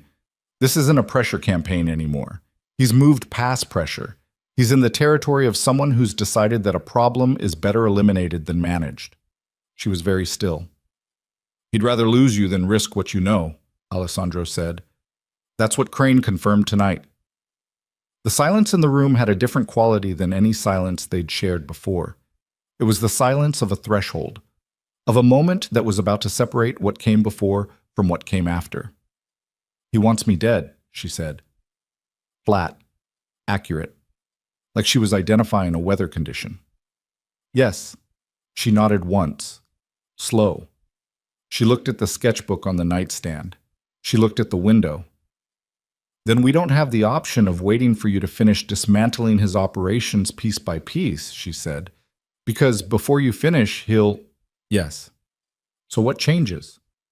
Alessandro looked at her. At the woman who should, by any reasonable accounting, have broken years ago and hadn't. Who was sitting in a safe house bedroom at 3 a.m. processing the confirmation of her own father's intent to kill her, and was asking what changes because she was already thinking about the next move. He felt something shift in his chest that was not the architecture.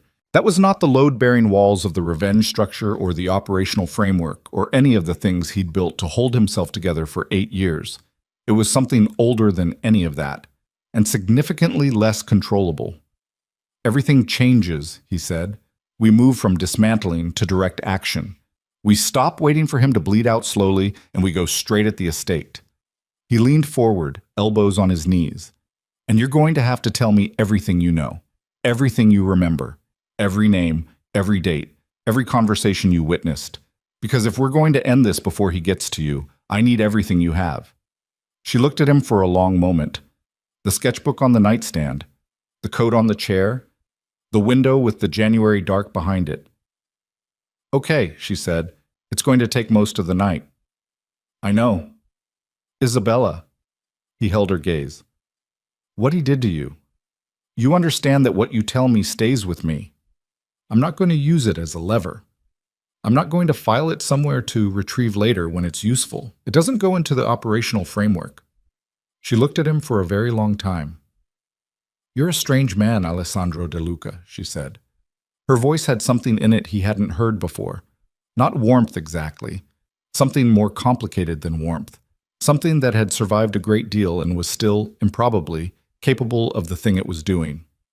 I've been told, he said. She opened her mouth to begin, and downstairs, Carbone's voice came up sharp through the floor. Alessandro, we've got movement on the perimeter. 2 vehicles, lights off, coming up. Alessandro was moving before Carbone finished the sentence. He crossed the bedroom in 3 strides and hit the light switch, and the room went dark, and he was at the window in the same motion, standing to the side of the frame, not in front of it, looking down at the street through the 2-inch gap between the curtain and the wall. 2 vehicles. Dark SUVs, no plates visible from this angle, rolling slow with their headlights off like they thought the dark made them invisible instead of just obvious. They'd stopped half a block down on the opposite side of the street. Nobody getting out yet. How did they find this house? Isabella said from the bed. Not panic.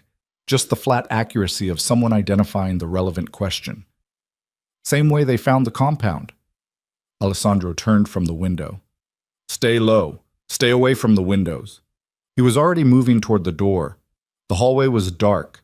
He took the stairs fast with one hand on the wall for orientation and hit the ground floor to find Carbone in the entry with a Glock already out and Paulie coming in from the back with mud on his boots from the yard.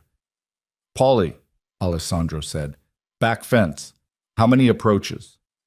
3 minimum, side yard, back alley, and the drainage easement on the north side. Paulie's voice was tight. They've got the geometry figured out. They've done a walk of the property. When?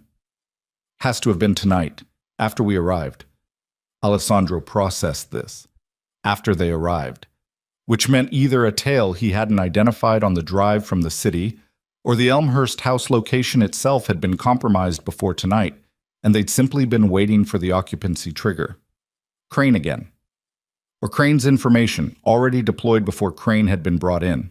"Marco?" Alessandro said. Marco was in the doorway of the study. He had a phone to his ear, and his face had the expression of a man receiving news that confirms a bad hypothesis. 6 men minimum outside. Teo's van is 2 blocks north. He spotted them setting a position on the drainage easement 3 minutes ago. Marco lowered the phone. "Alessandro, they brought more than Vittorio usually runs." "How many?" Teo counts 8 outside. There could be more staged back. 8 men on a residential street in Elmhurst at 3 in the morning. Vittorio had committed everything he had left. That was the information inside the number. A man with resources didn't send 8 men to a safe house.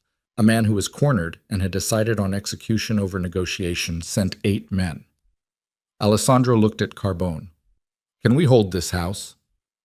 Carbone did a quick professional calculation, the kind that lived in the body rather than the head. "Not against 8. Not with the approaches they have. The geometry's wrong. Too many entry vectors for our numbers." "Then we don't hold it." Alessandro turned. "We move." "Move where?" Paulie said. Alessandro was already going back up the stairs.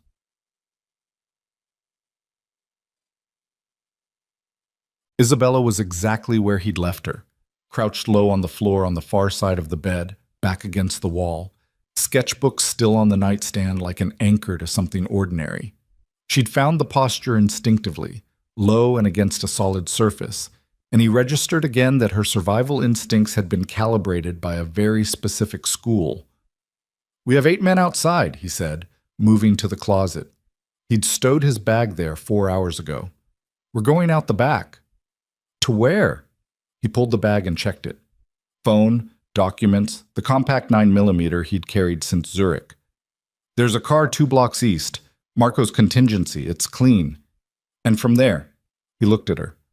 She was on her feet now, coat in her hands, and she was looking at him with the focused clarity of someone who'd processed the fear and come out the other side of it into something functional. "The estate," he said. She stopped. "Vittorio sent everyone he has to this house," Alessandro said, "which means the estate in Evanston is running on minimal security. 4 men on rotation, maybe less tonight if he pulled from the overnight detail to staff this." He held her gaze. "We go to Evanston. Tonight." It ends tonight, Isabella, one way or the other." He moved toward her. "I need you to keep up. Don't stop for anything. If I tell you to get down, you get down. If I tell you to run, you run and you don't look back for me." She looked at him for 1 second, 1 full second of something moving through her face that he didn't have time to read completely, but that landed in him anyway, heavy and significant, the way things land when they're true. "Don't tell me not to look back," she said. He didn't answer that. He went to the door. They went out through the kitchen and into the backyard. Paulie first, then Alessandro, then Isabella, then Carbone bringing the rear. Marco had gone around the front to create a distraction. Not violence, not yet, just movement, a car door, a light, something to keep Vittorio's men focused on the front geometry for the 90 seconds they needed. The backyard was maybe 60 feet of dead January grass ending at a wooden fence. Paulie hit the fence first, went over it without drama, landed in the alley, and crouched and scanned and gave the signal. Alessandro put his hand briefly on Isabella's arm, brief, functional, and she went over the fence with a competence that surprised him. Not athletic exactly, but determined. She went over it because going over it was what the moment required, and she didn't waste time resisting the requirement. They moved through the alley fast, Paulie on point, Alessandro 2 steps back and to the left of Isabella, Carbone rear. The alley was dark and smelled of January garbage and old asphalt, and somewhere behind them in the direction of the Colonial, a voice said something sharp in Italian, and Alessandro pressed Isabella against the alley wall with one hand, and they stood very still for 4 seconds while Paulie held a fist up. He could feel her breathing against his forearm, where his hand was pressed to the wall beside her, fast but controlled, nose, not mouth. She'd learned at some point to breathe quietly under stress. The voice receded. They moved. The car was where Marco had said, A dark Impala in a church parking lot 2 blocks east, keys in the magnetic box under the rear bumper where they'd been placed that afternoon. Alessandro had it running before Carbone finished getting in. Marco appeared from the south end of the parking lot at a fast walk 30 seconds later and got in the back and said, "Go." Alessandro went. Popam. They took surface streets north and then picked up the expressway toward Evanston, and Alessandro drove 75 with his hands steady on the wheel and his mind running the approach geometry for the Tudor estate on Sheridan Avenue. Main gate. Guarded, camera covered, approach visible from inside for 100 yards. Back wall. 6 feet of limestone, continuous, one service entrance. North side. The property line ran adjacent to a small park that was technically public and that was also, in January at 3:40 in the morning, empty. North side, he said. Marco, in the back, was already on the phone to Teo, redirecting him from Elmhurst. "I know the park," Isabella said. He glanced at her. "There's a section in the northeast corner where the wall is lower. The limestone settled. It's maybe 4.5 feet. My mother used to—" She stopped. "When I was a child, I used to go over it to get to the park at night, when I wasn't supposed to leave." He held the information. A gap in the wall that a woman had used as a child to get out of a house she was confined to, now potentially useful for getting back in. "Can you find it in the dark?" he asked. "Yes." He didn't question it. He drove. The park on the north side of the Moretti estate in Evanston was the kind of civic space that existed mainly to give the neighborhood's property value something to gesture at, a 1/4 acre of mature oaks and a paved path that somebody's tax dollars maintained and nobody used in winter. Alessandro killed the headlights a block out and rolled the Impala to the park's north entrance and stopped. 3:47 in the morning. Teo's van pulled up behind them 90 seconds later. Teo got out with 2 men Alessandro recognized, Ferreira and a younger man called Weeks, who'd come up through the organization's Chicago infrastructure and who moved like someone who'd played serious contact sports and hadn't entirely stopped. 7 of them total, including Isabella. Against 4 on the overnight rotation, maybe fewer if Vittorio had stripped the detail for Elmhurst. "I need her in the car," Carbone said quietly, meaning Isabella, meaning he wanted her to stay. Alessandro looked at her. She looked back at him. "She knows the layout," he said. "She knows the interior." "Alessandro." "She knows where he'll be." He held Carbone's gaze. "Vittorio has a bunker room in the basement. Old construction, built out in the 70s. It's not on any blueprint the county has. If he gets to that room before we reach him, we lose the night." He looked at Isabella. "You know where it is?" "Yes," she said. "I know where everything is." Carbone said nothing further. He had the professional opinion written on his face, and he was keeping it there instead of in the conversation. They moved into the park. Isabella found the section of wall without hesitation. Northeast corner, just as she'd said. The limestone had heaved slightly over decades of freeze-thaw cycles, and the top of the wall sat at 4'6" instead of 6 feet. And a specific oak whose roots had contributed to the heaving grew close enough on the park side to function as a step if you knew it was there. She'd known it was there since she was 9 years old. Alessandro went over first, dropped into the estate's north grounds, a strip of dormant garden between the wall and the estate's north lawn, and crouched and scanned, dark. The main house was 200 yards south, lights in 2 windows on the ground floor. The north grounds had a single exterior light on the corner of the garage structure, which was east of their position. He helped Isabella over without ceremony, and she landed beside him and crouched without being told. The others came over. Marco was next to Alessandro in the dark. Ground floor east window is probably the security station. The second window could be Vittorio or staff. "Staff won't be up at this hour unless Vittorio has them up," Alessandro said. "If he's still managing this from the estate rather than on his way to Elmhurst." "He wouldn't go to Elmhurst himself," Isabella said quietly. "He never goes himself." "Right. He'll be in the study, west side of the house, second floor, or in the basement room if he's already heard that Elmhurst didn't go the way he expected." Alessandro looked at the house. The 2 lit windows were east, security station, as Marco said. The west side of the second floor was dark. He hasn't heard yet, Alessandro said. Then we have a window, Marco said. Alessandro turned to the group. 7 people in a dead garden in Evanston at 4 in the morning, breathing quiet steam into the January air. He looked at each of them the way you look at people you're responsible for when what comes next is going to cost someone something. Carbone, he said, you and Weeks take the east ground floor, security station. I need them contained, not engaged if you can manage it. If they reach a phone, the situation changes fast. He looked at Ferreira. Garage. There will be at least one vehicle we need disabled before we come back out. Ferreira nodded once. Marco, with me and Isabella. Main entrance.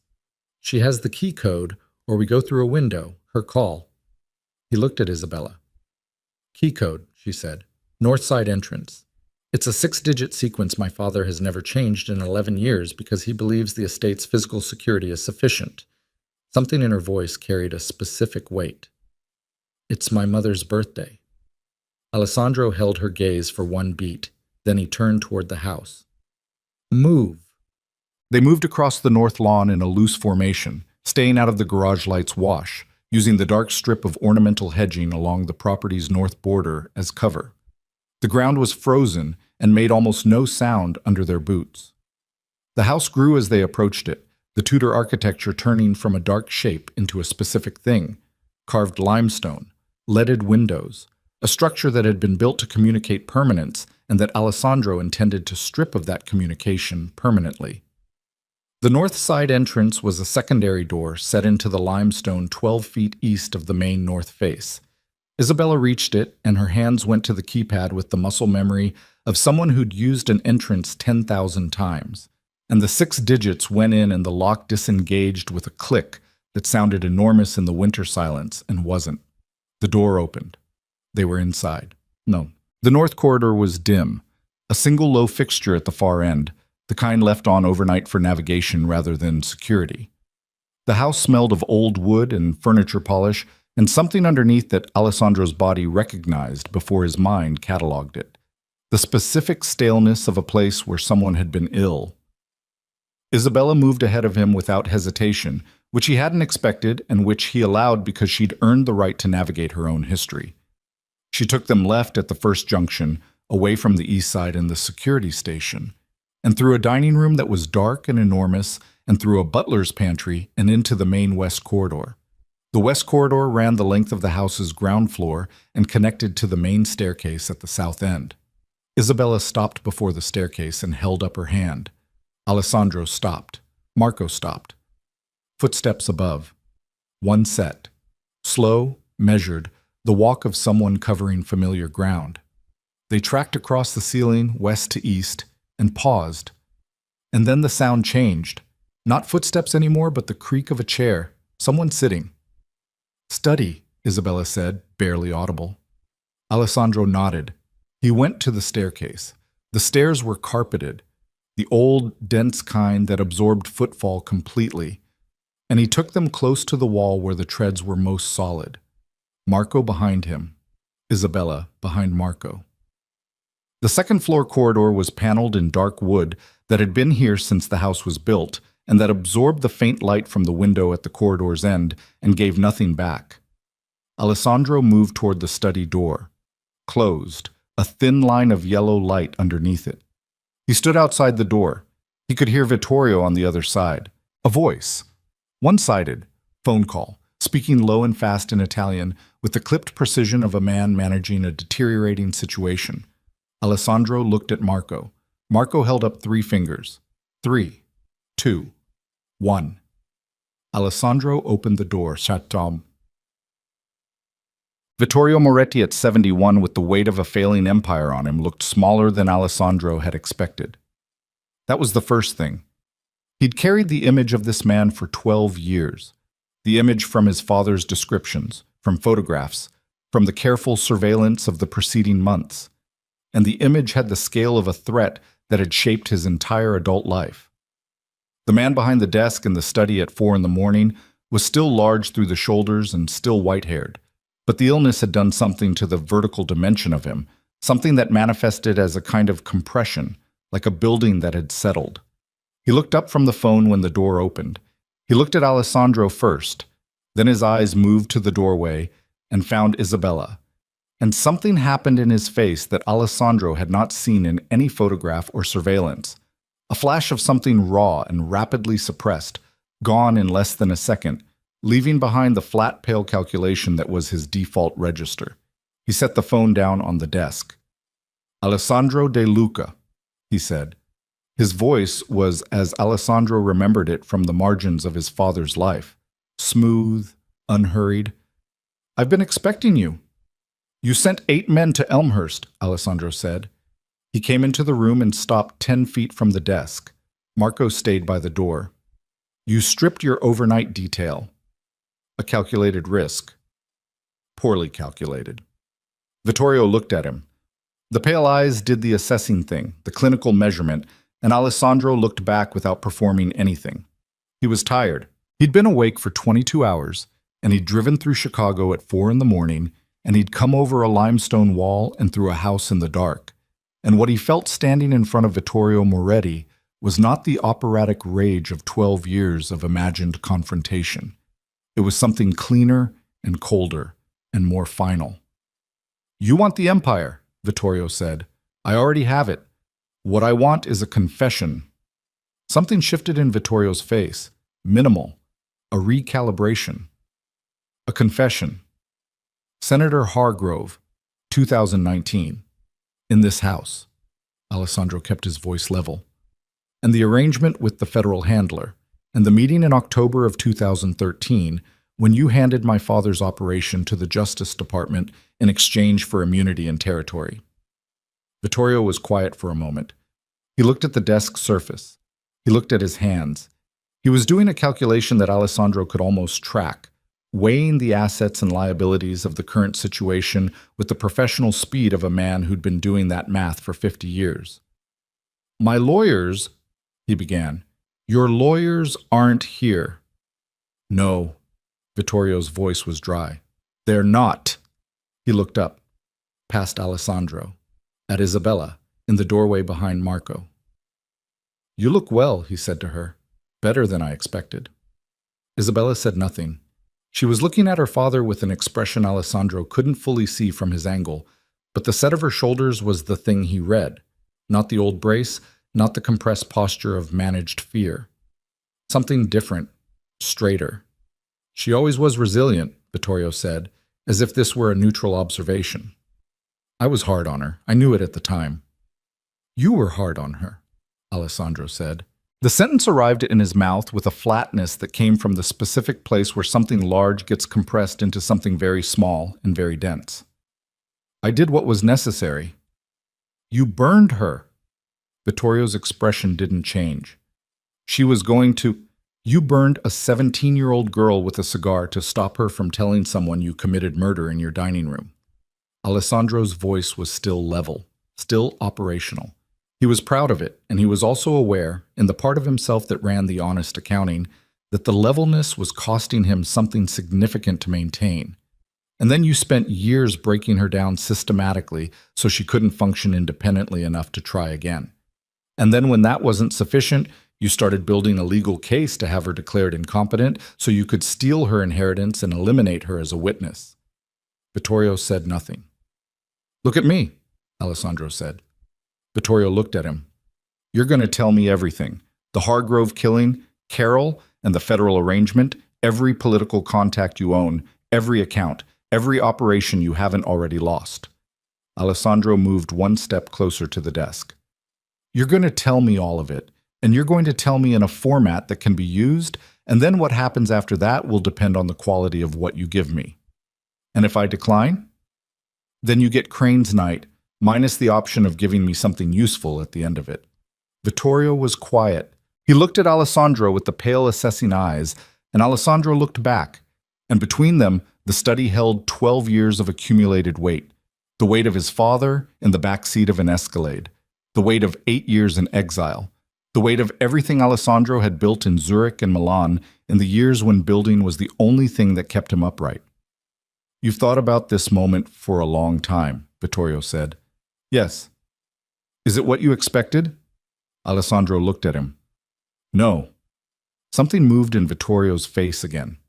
The quick, suppressed thing. What did you expect? He didn't answer that. He pulled the chair from against the side wall and set it in front of the desk and sat in it, and the positioning of it said more clearly than the answer would have. We're going to be here for a while. Start with Carol, Alessandro said. Bon. Vittorio talked for an hour and 40 minutes. He talked with the specific quality of a man who'd been carrying something too long and who had, in the moment of losing everything, arrived at a place where the weight of the carrying had become greater than the value of what was being carried. He was precise. He was organized. He talked the way he'd run his operation, methodically, with a professional's attention to the sequence of events and the relevant names and dates. Alessandro recorded it on his phone. Marco recorded it separately. Isabella stayed in the doorway for the first 40 minutes and then came into the room and sat in the chair by the window, and she listened to her father give an account of 12 years of crimes with the specific listening quality of someone who'd suspected most of it and was finding that confirmation was a different experience than suspicion. At one point, Vittorio said, "Carol told me she'd filed a report. I had 24 hours to decide what to do." The room was very quiet. "You didn't have to hurt her," Alessandro said. "You could have moved her, sent her abroad, dozens of options." Vittorio looked at the desk. "She would have kept trying." "Yes," Alessandro said. "She would have." Vittorio looked at his daughter across the room. Isabella looked back at him. The look between them lasted a few seconds and contained things that Alessandro could only partially read. A father and daughter on the other side of years of catastrophic damage. The specific terrible intimacy of shared history that had been built on violence. "I want you to know," Vittorio said to her, that I am not without." He stopped. His face did the compression thing again. "I don't have the language for what I would need to say." Isabella looked at him. "I know," she said. Her voice was even. "That's part of the problem." Vittorio looked down. Alessandro let the silence run for a few seconds. Then, "The Evanston property records. Walk me through the offshore structure." Vittorio walked him through it. Bolts. At 5:47 in the morning, while Vittorio was still talking, Alessandro's phone buzzed. He checked it. Carbone. One word. Problem. He stood. "Marco, keep going. Record everything." He left the study and found Carbone at the top of the stairs, and Carbone's face had the specific set of a man holding something difficult in his hands. "Elmhurst," Carbone said. "The 8 men. They didn't find us. They found the house empty, and they've been running the grid since then." He paused. "2 of them made us here.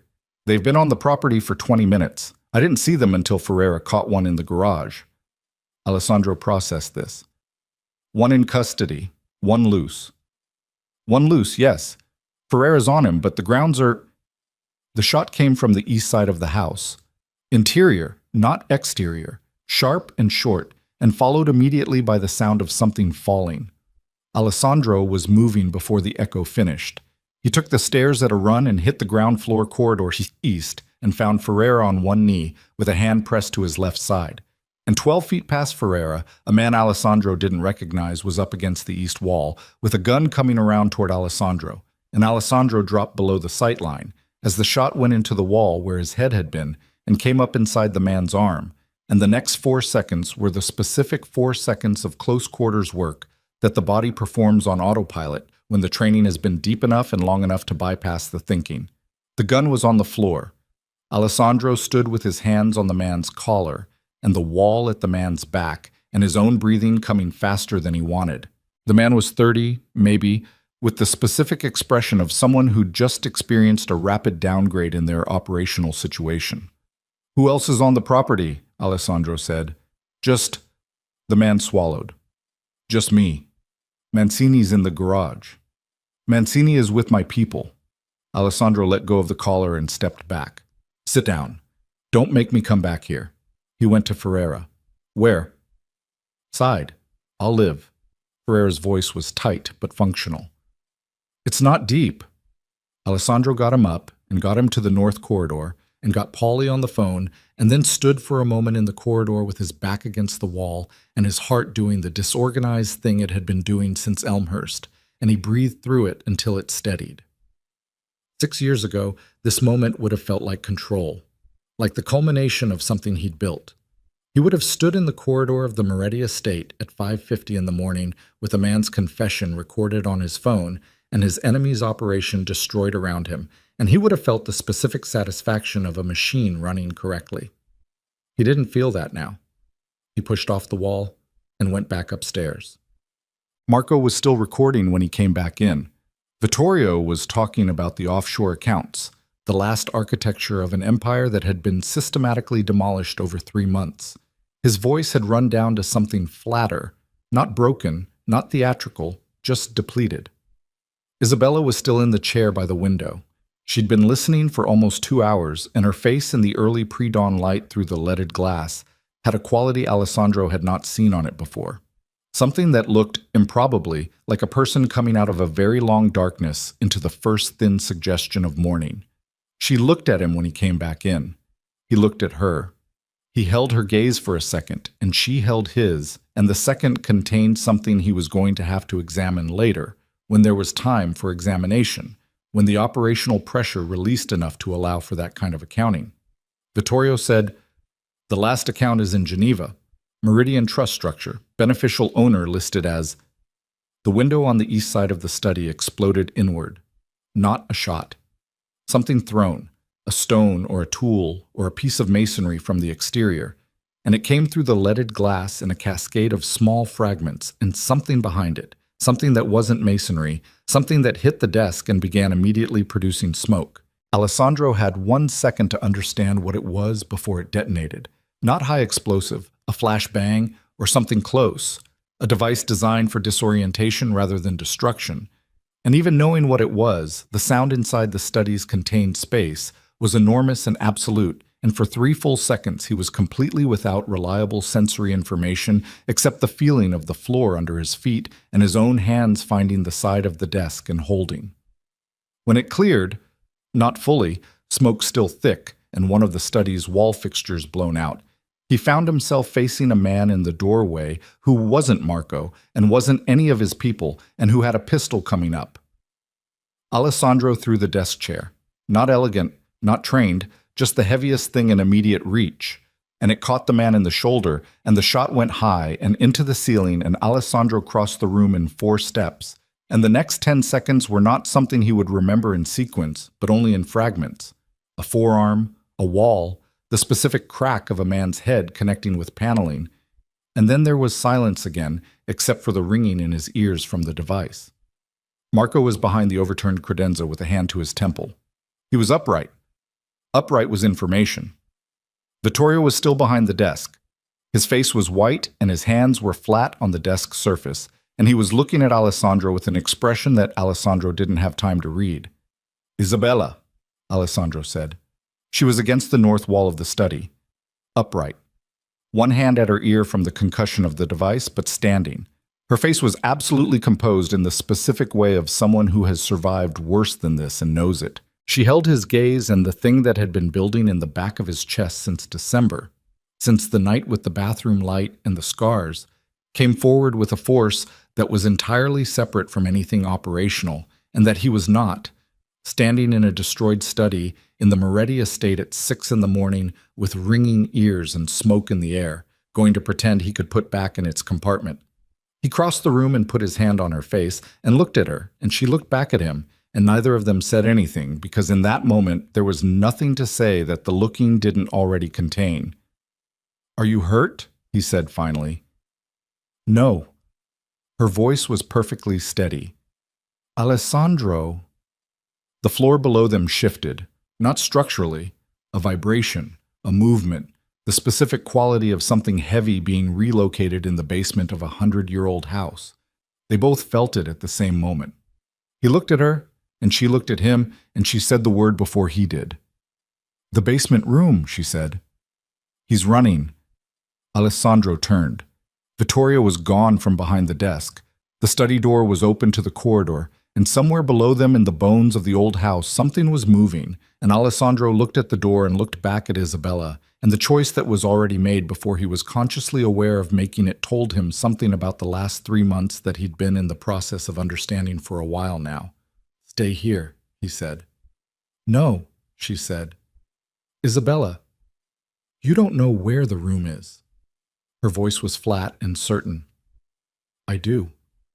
He looked at her for 1/2 second, then, "Stay behind me." They went through the door together, and the corridor was empty, and the house was full of smoke, and somewhere below them in the dark, a 71-year-old man with a failing body and 50 years of criminal architecture in his head was moving toward the one structure he'd built that was designed to survive everything. Alessandro hit the stairs at a run with Isabella 1 step behind him, and the house opened up below them. And somewhere in the east side of the ground floor, Carbone was shouting something, and the morning was coming gray through the leaded windows, and the whole weight of 12 years was... The basement stairs were behind a door in the kitchen pantry. Isabella knew this. She went past Alessandro in the ground floor corridor and pushed through the pantry door without hesitation and found the second door behind the shelf unit that had always looked fixed to the wall, and wasn't. A simple magnetic release on the right side, the third shelf up, that her father had installed when she was 12 and that he'd shown her once, briefly, in the manner of a man who believed that controlled information was a form of control itself. She hit the release. The shelf swung out. The stairs behind it went down into darkness. Alessandro was a step behind her. She felt him close, not crowding, present, the specific proximity of someone who was not going to let her go down those stairs alone. She went down first because she knew what was at the bottom. The basement of the Tudor estate was not the basement that appeared on any county record. The original foundation dated to the 1920s and gave you a utility space and a wine cellar and a storage room with limestone walls and a drain in the floor that smelled of old water. That was what the assessors had seen in 1987 and 1994 and 2008. What they hadn't seen was the room behind the wine cellar's back wall, another magnetic release, another door that presented as solid limestone until you knew what to press and where. Her father had retreated there the night of the Hargrove killing, 9 years ago. She knew because she'd heard him moving through the house in the hours after, and in the morning when she'd come down the wine cellar door had been ajar, and she'd followed the unfamiliar path and found the room and understood, without being told, that this was the place things went to disappear. She'd never gone back in. The wine cellar was lit by a single low fixture that Vittorio must have triggered from upstairs. The racks were mostly empty. The illness had curtailed his drinking 2 years ago, and nobody had restocked. Their footsteps on the stone floor made sounds that the room absorbed without much echo. At the back wall, Alessandro put his hand briefly on her shoulder. She stopped. He moved past her and examined the wall surface, running his hands along the limestone seams until she stepped up beside him and found the release herself, third stone from the left at hip height, slight give in the mortar. The door opened. Vittorio was inside. The room was maybe 20 feet by 15, concrete walls, a single overhead fixture on a pull chain that was already lit, and it smelled of the specific combination of damp and metal and old air that rooms smell of when they are built for concealment and used infrequently. There was a metal desk with a satellite phone and a locked box and a manila envelope. There were 2 chairs. There was a cot against the east wall. Vittorio stood in the center of the room with a pistol. He was breathing hard from the stairs and the running and the specific labor of a sick man moving faster than his body currently wanted to, and the pistol was held at the level of Alessandro's chest with both hands, and they were not entirely steady hands. The illness in his shoulder and chest was visible from across the room, not as weakness exactly, more as cost, as the price being visibly paid. He looked at Alessandro. He looked at Isabella. His face had none of the smooth unhurriedness of the man upstairs in the study. What was left was something older and more fundamental. A man in a corner with one thing left that he believed would work. "I'll kill him," Vittorio said to Isabella. His voice was level, but the level was being built second by second. "Step back through the door." Isabella stood still. "Isabella." His voice cracked on the second syllable, not breaking. Something between a warning and something else. something she didn't have clean language for and had stopped trying to find years ago. "This ends here. Step through the door." "No," she said. Alessandro had his hands at his sides. He was reading the room the way she'd watched him read rooms. The specific attention of a man tracking multiple variables simultaneously. Distance, angle, the stability of the hands on the gun, the positioning of the desk between them. She could see him calculating, and she could see, in the set of his shoulders, the specific constraint of a man who could not move without moving toward a bullet. "Put the gun down, Vittorio," Alessandro said. "You came into my house," Vittorio said. His voice was coming apart very slightly at the edges, the way structures do when the load exceeds the design tolerance. "You came into my house with my daughter, and you think—" He stopped.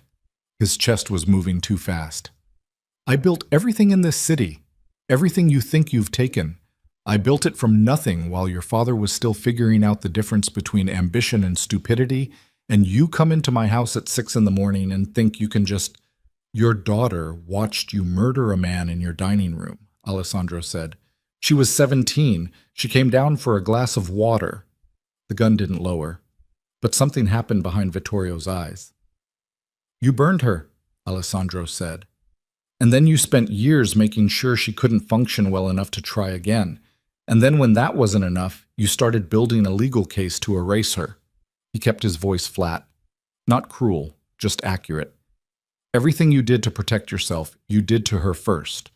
That's the accounting, Vittorio. That's what you built." Vittorio's hands were not steady now. He was looking at Isabella. She looked back at him. She thought about what she wanted to feel in this room and found that the architecture of what she felt was more complicated than she'd expected. Not forgiveness. She wasn't there, and she was honest enough with herself to know she might never be. Not hatred either, exactly. Something that had survived too much to consolidate into a single clean emotion. What she felt, standing in the basement room where things went to disappear, looking at her father holding a gun with unsteady hands, was the specific exhaustion of someone who has been afraid of one thing for so long that the actual presence of the thing is almost a relief. She was done being afraid of him. That was what it was. She located the feeling and recognized it and stood in it without trying to manage it into something more presentable. "I'm not stepping back through the door," she said. Her voice was quieter than she'd expected, but it held. "You can shoot him if you decide that's what you're doing, but I'm not going anywhere." Vittorio looked at her. His face was doing the compression thing, but it was going further than she'd ever seen it go. Past the professional suppression, past the managed affect of 50 years of running an operation. Down to something below that. Something she'd seen glimpses of when she was very small, before she'd understood enough to know what to do with the glimpses. "I never wanted—" he started. "I know," she said. "That's the part you'll have to carry, not me." The gun lowered 3 inches. Alessandro moved. He crossed the distance in less than 2 seconds, not running, controlled, fast, and his hand was on the gun before Vittorio's arm could come back up. And the next moment was a brief and ugly negotiation between two bodies for control of a single object, and then the gun was on the concrete floor and Vittorio was against the wall with Alessandro's forearm across his chest, and both of them breathing hard in the low-lit room. Vittorio did not fight further. He stood against the wall with Alessandro's forearm holding him there, and his hands at his sides and his chest heaving, and after a moment he turned his head and looked at the concrete wall beside him, and something went out of his face that had been there for as long as Isabella could remember. Not dignity exactly. Something harder and colder than dignity. That had been mistaken for it. Alessandro stepped back. He picked up the gun. He checked it and put it in his jacket pocket. He was breathing fast but controlled, and he looked at Vittorio with the specific look of a man who had arrived at the end of something and was taking its measure. "Sit down," he said. Vittorio sat in one of the 2 chairs. "Set." Marco came down the stairs 20 minutes later with Carbone and Teo and a phone recording that had captured, through the study's open door, most of the last 2 hours of Vittorio's account. Teo had 3 flash drives with copied files from the study's desk. The manila envelope from the room's metal desk contained, as Alessandro had suspected it might, documents that Vittorio had kept as insurance against the federal handler who'd covered for him. names, dates, transfer records, the full architecture of a protection arrangement that Carol had been paid to maintain and that now existed in Alessandro's possession. They stayed in the estate until 8 in the morning. Alessandro made 4 phone calls, 2 to attorneys in different jurisdictions, 1 to a contact in the U.S. Attorney's Office who had been waiting for a specific kind of documentation for 9 years. 1 to Marco to begin the legal process of transferring Vittorio Moretti's remaining operational assets to a receivership structure that had been prepared 3 months ago in anticipation of exactly this moment. Vittorio sat in the basement room chair and said nothing further. He'd said everything he was going to say upstairs. What remained was the silence of a man who had run out of both options and the energy to invent new ones. Isabella stayed in the basement room through most of it. She sat in the second chair against the east wall, and she did not look at her father consistently, but she did not leave either. Something was keeping her there that she didn't try to articulate. Maybe the need to see it actually finished, maybe the understanding that leaving before it was over was a form of the running she'd been doing for years, and that this specific room, in this specific morning, was where she stopped. At 7:45, when the attorney calls were done, and the documentation was secured and Carbone had 3 of his men in the house with Vittorio under what would become, by the end of the day, a very formal and very legally complicated custody arrangement, Alessandro came and stood in the doorway of the basement room and looked at her. "We can go," he said. She looked at her father one more time. Vittorio was looking at the floor, his hands were in his lap, and his face had the quality of a landscape after weather. Stripped, very still, showing what the surface actually was beneath what had been placed on top of it. He didn't look up. She stood. She walked to the doorway and through it and up the basement stairs and through the kitchen and through the north corridor and out the north side entrance into the January morning. The air outside was cold and clean, and the sun was coming up over the lake in the east, visible through the estate's bare oaks as a thin, brilliant line of orange above the tree line, and Isabella stood on the dead grass of the north grounds and breathed it in and felt it go all the way down. Alessandro came out behind her. He stood beside her and looked at the line of orange above the trees. Neither of them said anything for a while. "It's done," he said finally. "Yes," she said. The word landed differently than she'd expected. Not light. It didn't feel light, and she didn't think it was going to feel light for a long time. Maybe not ever in the way people used the word when they talked about closure. It felt instead like a very old and very heavy piece of furniture had been moved from a doorway she'd been navigating around for so long she'd stopped seeing it as an obstacle and had started thinking of it as a wall. It wasn't a wall. The doorway was open. She didn't know yet what was through it, but she was standing in the January morning at 8 o'clock on the north grounds of the Moretti estate with cold air in her lungs and the sun coming up, and she was, by any honest measure, still standing. That was not a small thing. He knit. The weeks that followed had the quality of aftermath. Not peaceful exactly, not quiet, but a different register of motion. Less emergency. More deliberate. The U.S. Attorney's Office moved on Carol within 72 hours of receiving the documentation. His retirement in Florida ended on a Thursday morning in February when 2 federal agents knocked on the door of his house in Sarasota. The charges that followed were federal and multiple and included the obstruction of justice, the destruction of evidence, and the accessory after-the-fact elements of a case that had been waiting 9 years for someone to provide the architecture it needed. Alessandro provided the architecture. The Senator Hargrove killing reopened as a homicide investigation 4 days later. The documentation from the estate's basement room gave the Cook County State's attorney enough to move formally. Vittorio Moretti, by then in a medical facility under legal hold pending competency evaluation, not the kind his lawyer had tried to build for Isabella, but the legitimate kind, the kind applied to a 71-year-old man with stage 2 prostate cancer who had been arrested in his own basement, was informed of the charges while still connected to an IV line. His attorneys filed 17 motions in the first 2 weeks. 7 were denied immediately. Alessandro watched the legal machinery run and felt something he hadn't expected to feel, the specific absence of urgency. He'd spent 12 years building toward a moment, and the moment had arrived, and the machinery was working, and what he was left with, now that the operational pressure had released, was the quiet that lives on the other side of war. He didn't entirely know what to do with the quiet. He'd forgotten, somewhere in the 8 European years, what it felt like to not be building toward something specific. He spent the first week in the Loop penthouse dealing with the administrative consequences of what had happened at the estate. Property documentation, legal filings, the careful dismantling of the remaining Moretti operational infrastructure through legitimate channels now that the criminal case had given his attorneys leverage they hadn't had before. Ferreira recovered from the bullet wound in a private room at Northwestern, complaining consistently about the food. Carbone ran a debrief of the Elmhurst situation that produced 3 procedural changes to the organization's security protocols. Teo submitted a 50-page report on the Crane infiltration that Alessandro read once and filed and did not want to read again. Isabella moved through those first weeks with the specific, careful attention of someone learning the dimensions of a space they'd previously been afraid to inhabit. She was at the penthouse.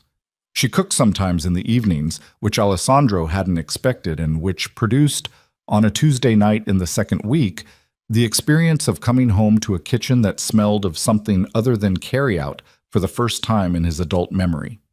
She painted, not the careful pencil work of the sketchbooks, but actual paint, on canvases she'd asked Marco to have delivered, and the paintings were nothing like what he'd imagined her art would look like. They were large and dark and not quite abstract, built from shapes that the eye kept trying to resolve into specific things and couldn't quite. They were very good. She had a consultation with an attorney about the Tesoro Trust, which was now fully accessible to her, and which she handled with the practical efficiency of someone who had been managing things in her head for years while being denied the ability to manage them in practice. She made a decision about the principal residence and informed Alessandro of the decision without asking him to weigh in on it, and he registered this, the directness of it, the assurance, with the specific attention he'd been giving everything she did since the estate. She was different, not in the way that transformation gets described, not a sudden opening or a discovered self that hadn't existed before.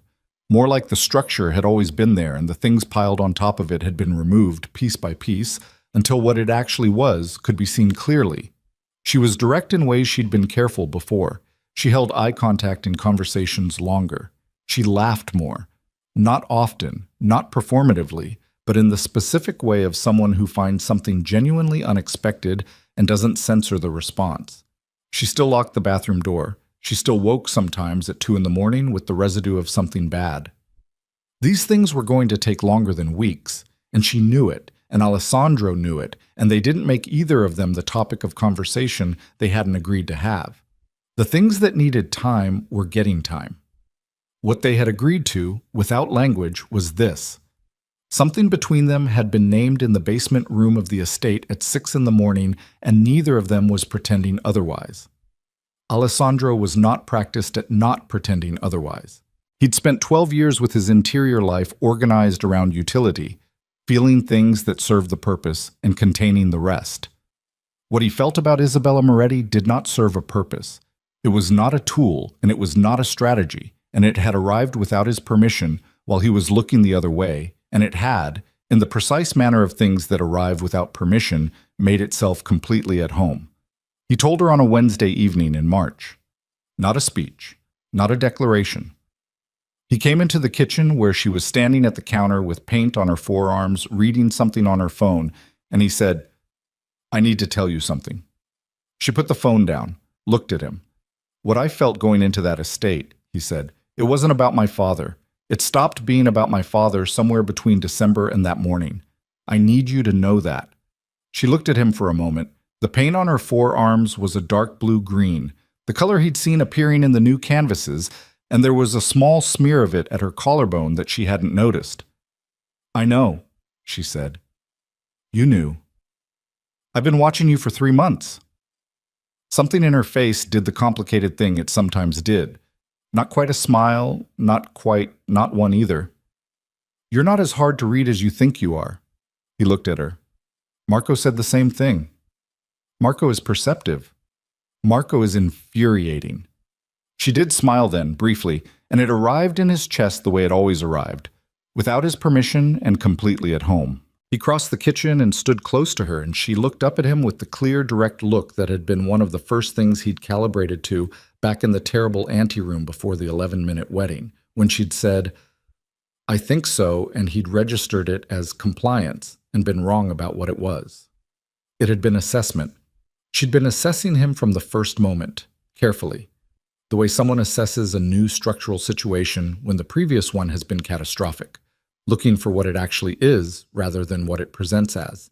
And she'd done that through 3 months of operational chaos and psychological revelation and a basement room and a January dawn, and here she was in the kitchen on a Wednesday in March, having concluded, apparently, that the assessment was satisfactory. "I didn't know how to do this," he said. The part after. "I've been building towards something for 12 years, and I got there, and I don't know what the after looks like." "Neither do I," she said. "That makes 2 of us." "That's not reassuring." "I know." Her hand came up and touched his jaw briefly, where the bruise from December had long since faded. "We'll figure it out." He looked at her, at the paint on her forearms and the smear at her collarbone, and the clear eyes that had survived everything they'd survived and were still improbably capable of this, of looking at him in a kitchen on a Wednesday and meaning it. He kissed her, not the way the night of the estate had been, not urgent or desperate or operating under the pressure of something that might end. Slow, careful, like a man who has arrived somewhere after a very long time traveling, and is taking a moment to register the fact of arrival before doing anything else. She kissed him back the same way, like she had nowhere else to be, like she'd already decided. The Tesoro Trust properties were reorganized over the following months under Isabella's direct management, with legal counsel she'd selected herself.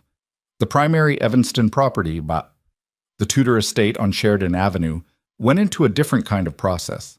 Isabella spent 2 weeks at the end of March going through it room by room with a methodical attention that Alessandro recognized as a form of work she needed to do. And at the end of those 2 weeks, she told him she was donating it. Not selling, donating. A family services organization that ran transitional housing for women and children in crisis situations received the property documentation in April. The transfer took 6 weeks to finalize, and produced a press release that Alessandro's communications attorney reviewed for legal exposure and found clean. When the transfer was complete, Isabella came home from the attorney's office, set her bag down in the entry of the penthouse, and stood there for a moment with her hands at her sides and her face doing something Alessandro couldn't fully read from across the room. "You okay?" he asked. She looked up. "Yes." A pause. "It's the right use of the space." "I know." She picked up her bag and went down the hall to the studio, the 3rd bedroom that had become a studio 2 months ago when the canvases got too large to keep in the bedroom. And he heard paint things being moved and the specific quiet that settled when she was working. And he went back to the document he'd been reviewing, and they were in the penthouse together in the ordinary Wednesday afternoon way that had become the architecture of their life. He found most days that it was enough, more than enough. It was the specific texture of something he hadn't known to want, because he'd been too busy building defenses against losing it to consider that having it might be an option. Marco came to dinner in April for the first time as something other than an operational necessity. He arrived with a bottle of wine he'd been holding for a specific occasion and didn't explain the occasion, and Isabella cooked, and the 3 of them sat at the dining table that had once been a surface for city maps and surveillance photographs and talked about things that had nothing to do with operations or territory or the legal proceedings that were running through the federal system on their own momentum now, requiring Alessandro's attention but not his constant management. At one point, Marco said to Isabella, "I told him in December, I said you weren't what he thought." "Did you?" She looked at Alessandro across the table. "He said I was overreading the situation," Marco said. "He says that about most things that are obviously true." Alessandro looked at the both of them. "I'm at the table." "We're aware," Isabella said, the not quite smile. "It's why we're talking about you rather than to you." Marco laughed, a real one, unguarded, the laugh of a man who was allowing himself something he'd been cautious with for a long time. He raised his glass. "Your father would have liked her," he said to Alessandro. He would have said, "Finally, someone in this family with actual judgment. The table went quiet for a moment. Not heavy, something softer than that. Alessandro looked at his glass. He thought about his father in the way he'd been thinking about him since January, differently than before, without the specific quality of grief that has been kept pressurized inside a revenge structure to serve as fuel. Just the fact of him. The precise voice, the way he'd been in a room. The 22 years of a specific kind of knowledge that you only get from a person and that ends when the person does, and that you spend the rest of your life finding the shape of. He'd carried the final command, never forgive the Morettis, for 12 years as a directive, a load-bearing instruction. He understood now that his father had said it in a back seat with blood in his lungs, and had meant something by it that had nothing to do with the literal years of construction Alessandro had built in its name. He'd meant, survive this. He'd meant, don't let them have you too. He'd meant what people mean when they say impossible things in the last minutes. Something that's really about love, dressed up as instruction, because instruction is what we know how to say when we don't have time for anything else. Alessandro had spent 12 years building an empire around a sentence that was really about love. He raised his glass. To imprecise language, he said. Marco looked at him. Isabella looked at him. Then Marco's mouth curved and Isabella's not-quite smile arrived fully, briefly, and they raised their glasses and drank. 6 months after the night of the estate, the case against Vittorio Moretti was still working through the federal system with the deliberate, unglamorous speed of institutional justice. It would take longer than anyone wanted and shorter than the crimes deserved, and the outcome was not guaranteed in the way that clean narrative required, but was probable in the way that thorough documentation and multiple cooperating witnesses tended to make things probable. Carroll pled in June to a reduced charge that was still going to cost him 5 years in a federal facility that was not the retirement he'd planned. The federal handler who'd covered for Vittorio and helped dismantle Alessandro's father's operation, whose crimes were older and in some ways larger, was indicted the same week on 3 separate counts. His attorneys told the press he was cooperating. His cooperation, Alessandro noted, did not change what had happened. It only changed what happened next to him. These were imperfect outcomes. Alessandro had learned, or was learning, to sit with imperfect outcomes without requiring them to become something cleaner in the telling.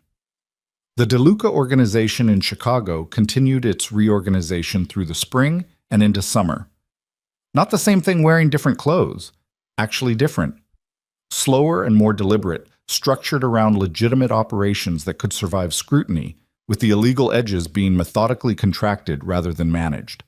This was not ideology. It was calculation, the honest kind. Alessandro had looked at what the last 12 years had cost, and had decided that the model required revision. Some of the men in his organization followed the revision, some did not. The ones who didn't were transitioned out with a finality that nobody misunderstood.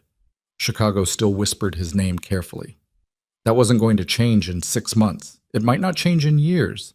He was what he was, and the city knew what he was, and the relationship between him and the city was the long, complicated, earned kind that didn't simplify into something comfortable just because you decided to be better about some of it. He was not a reformed man.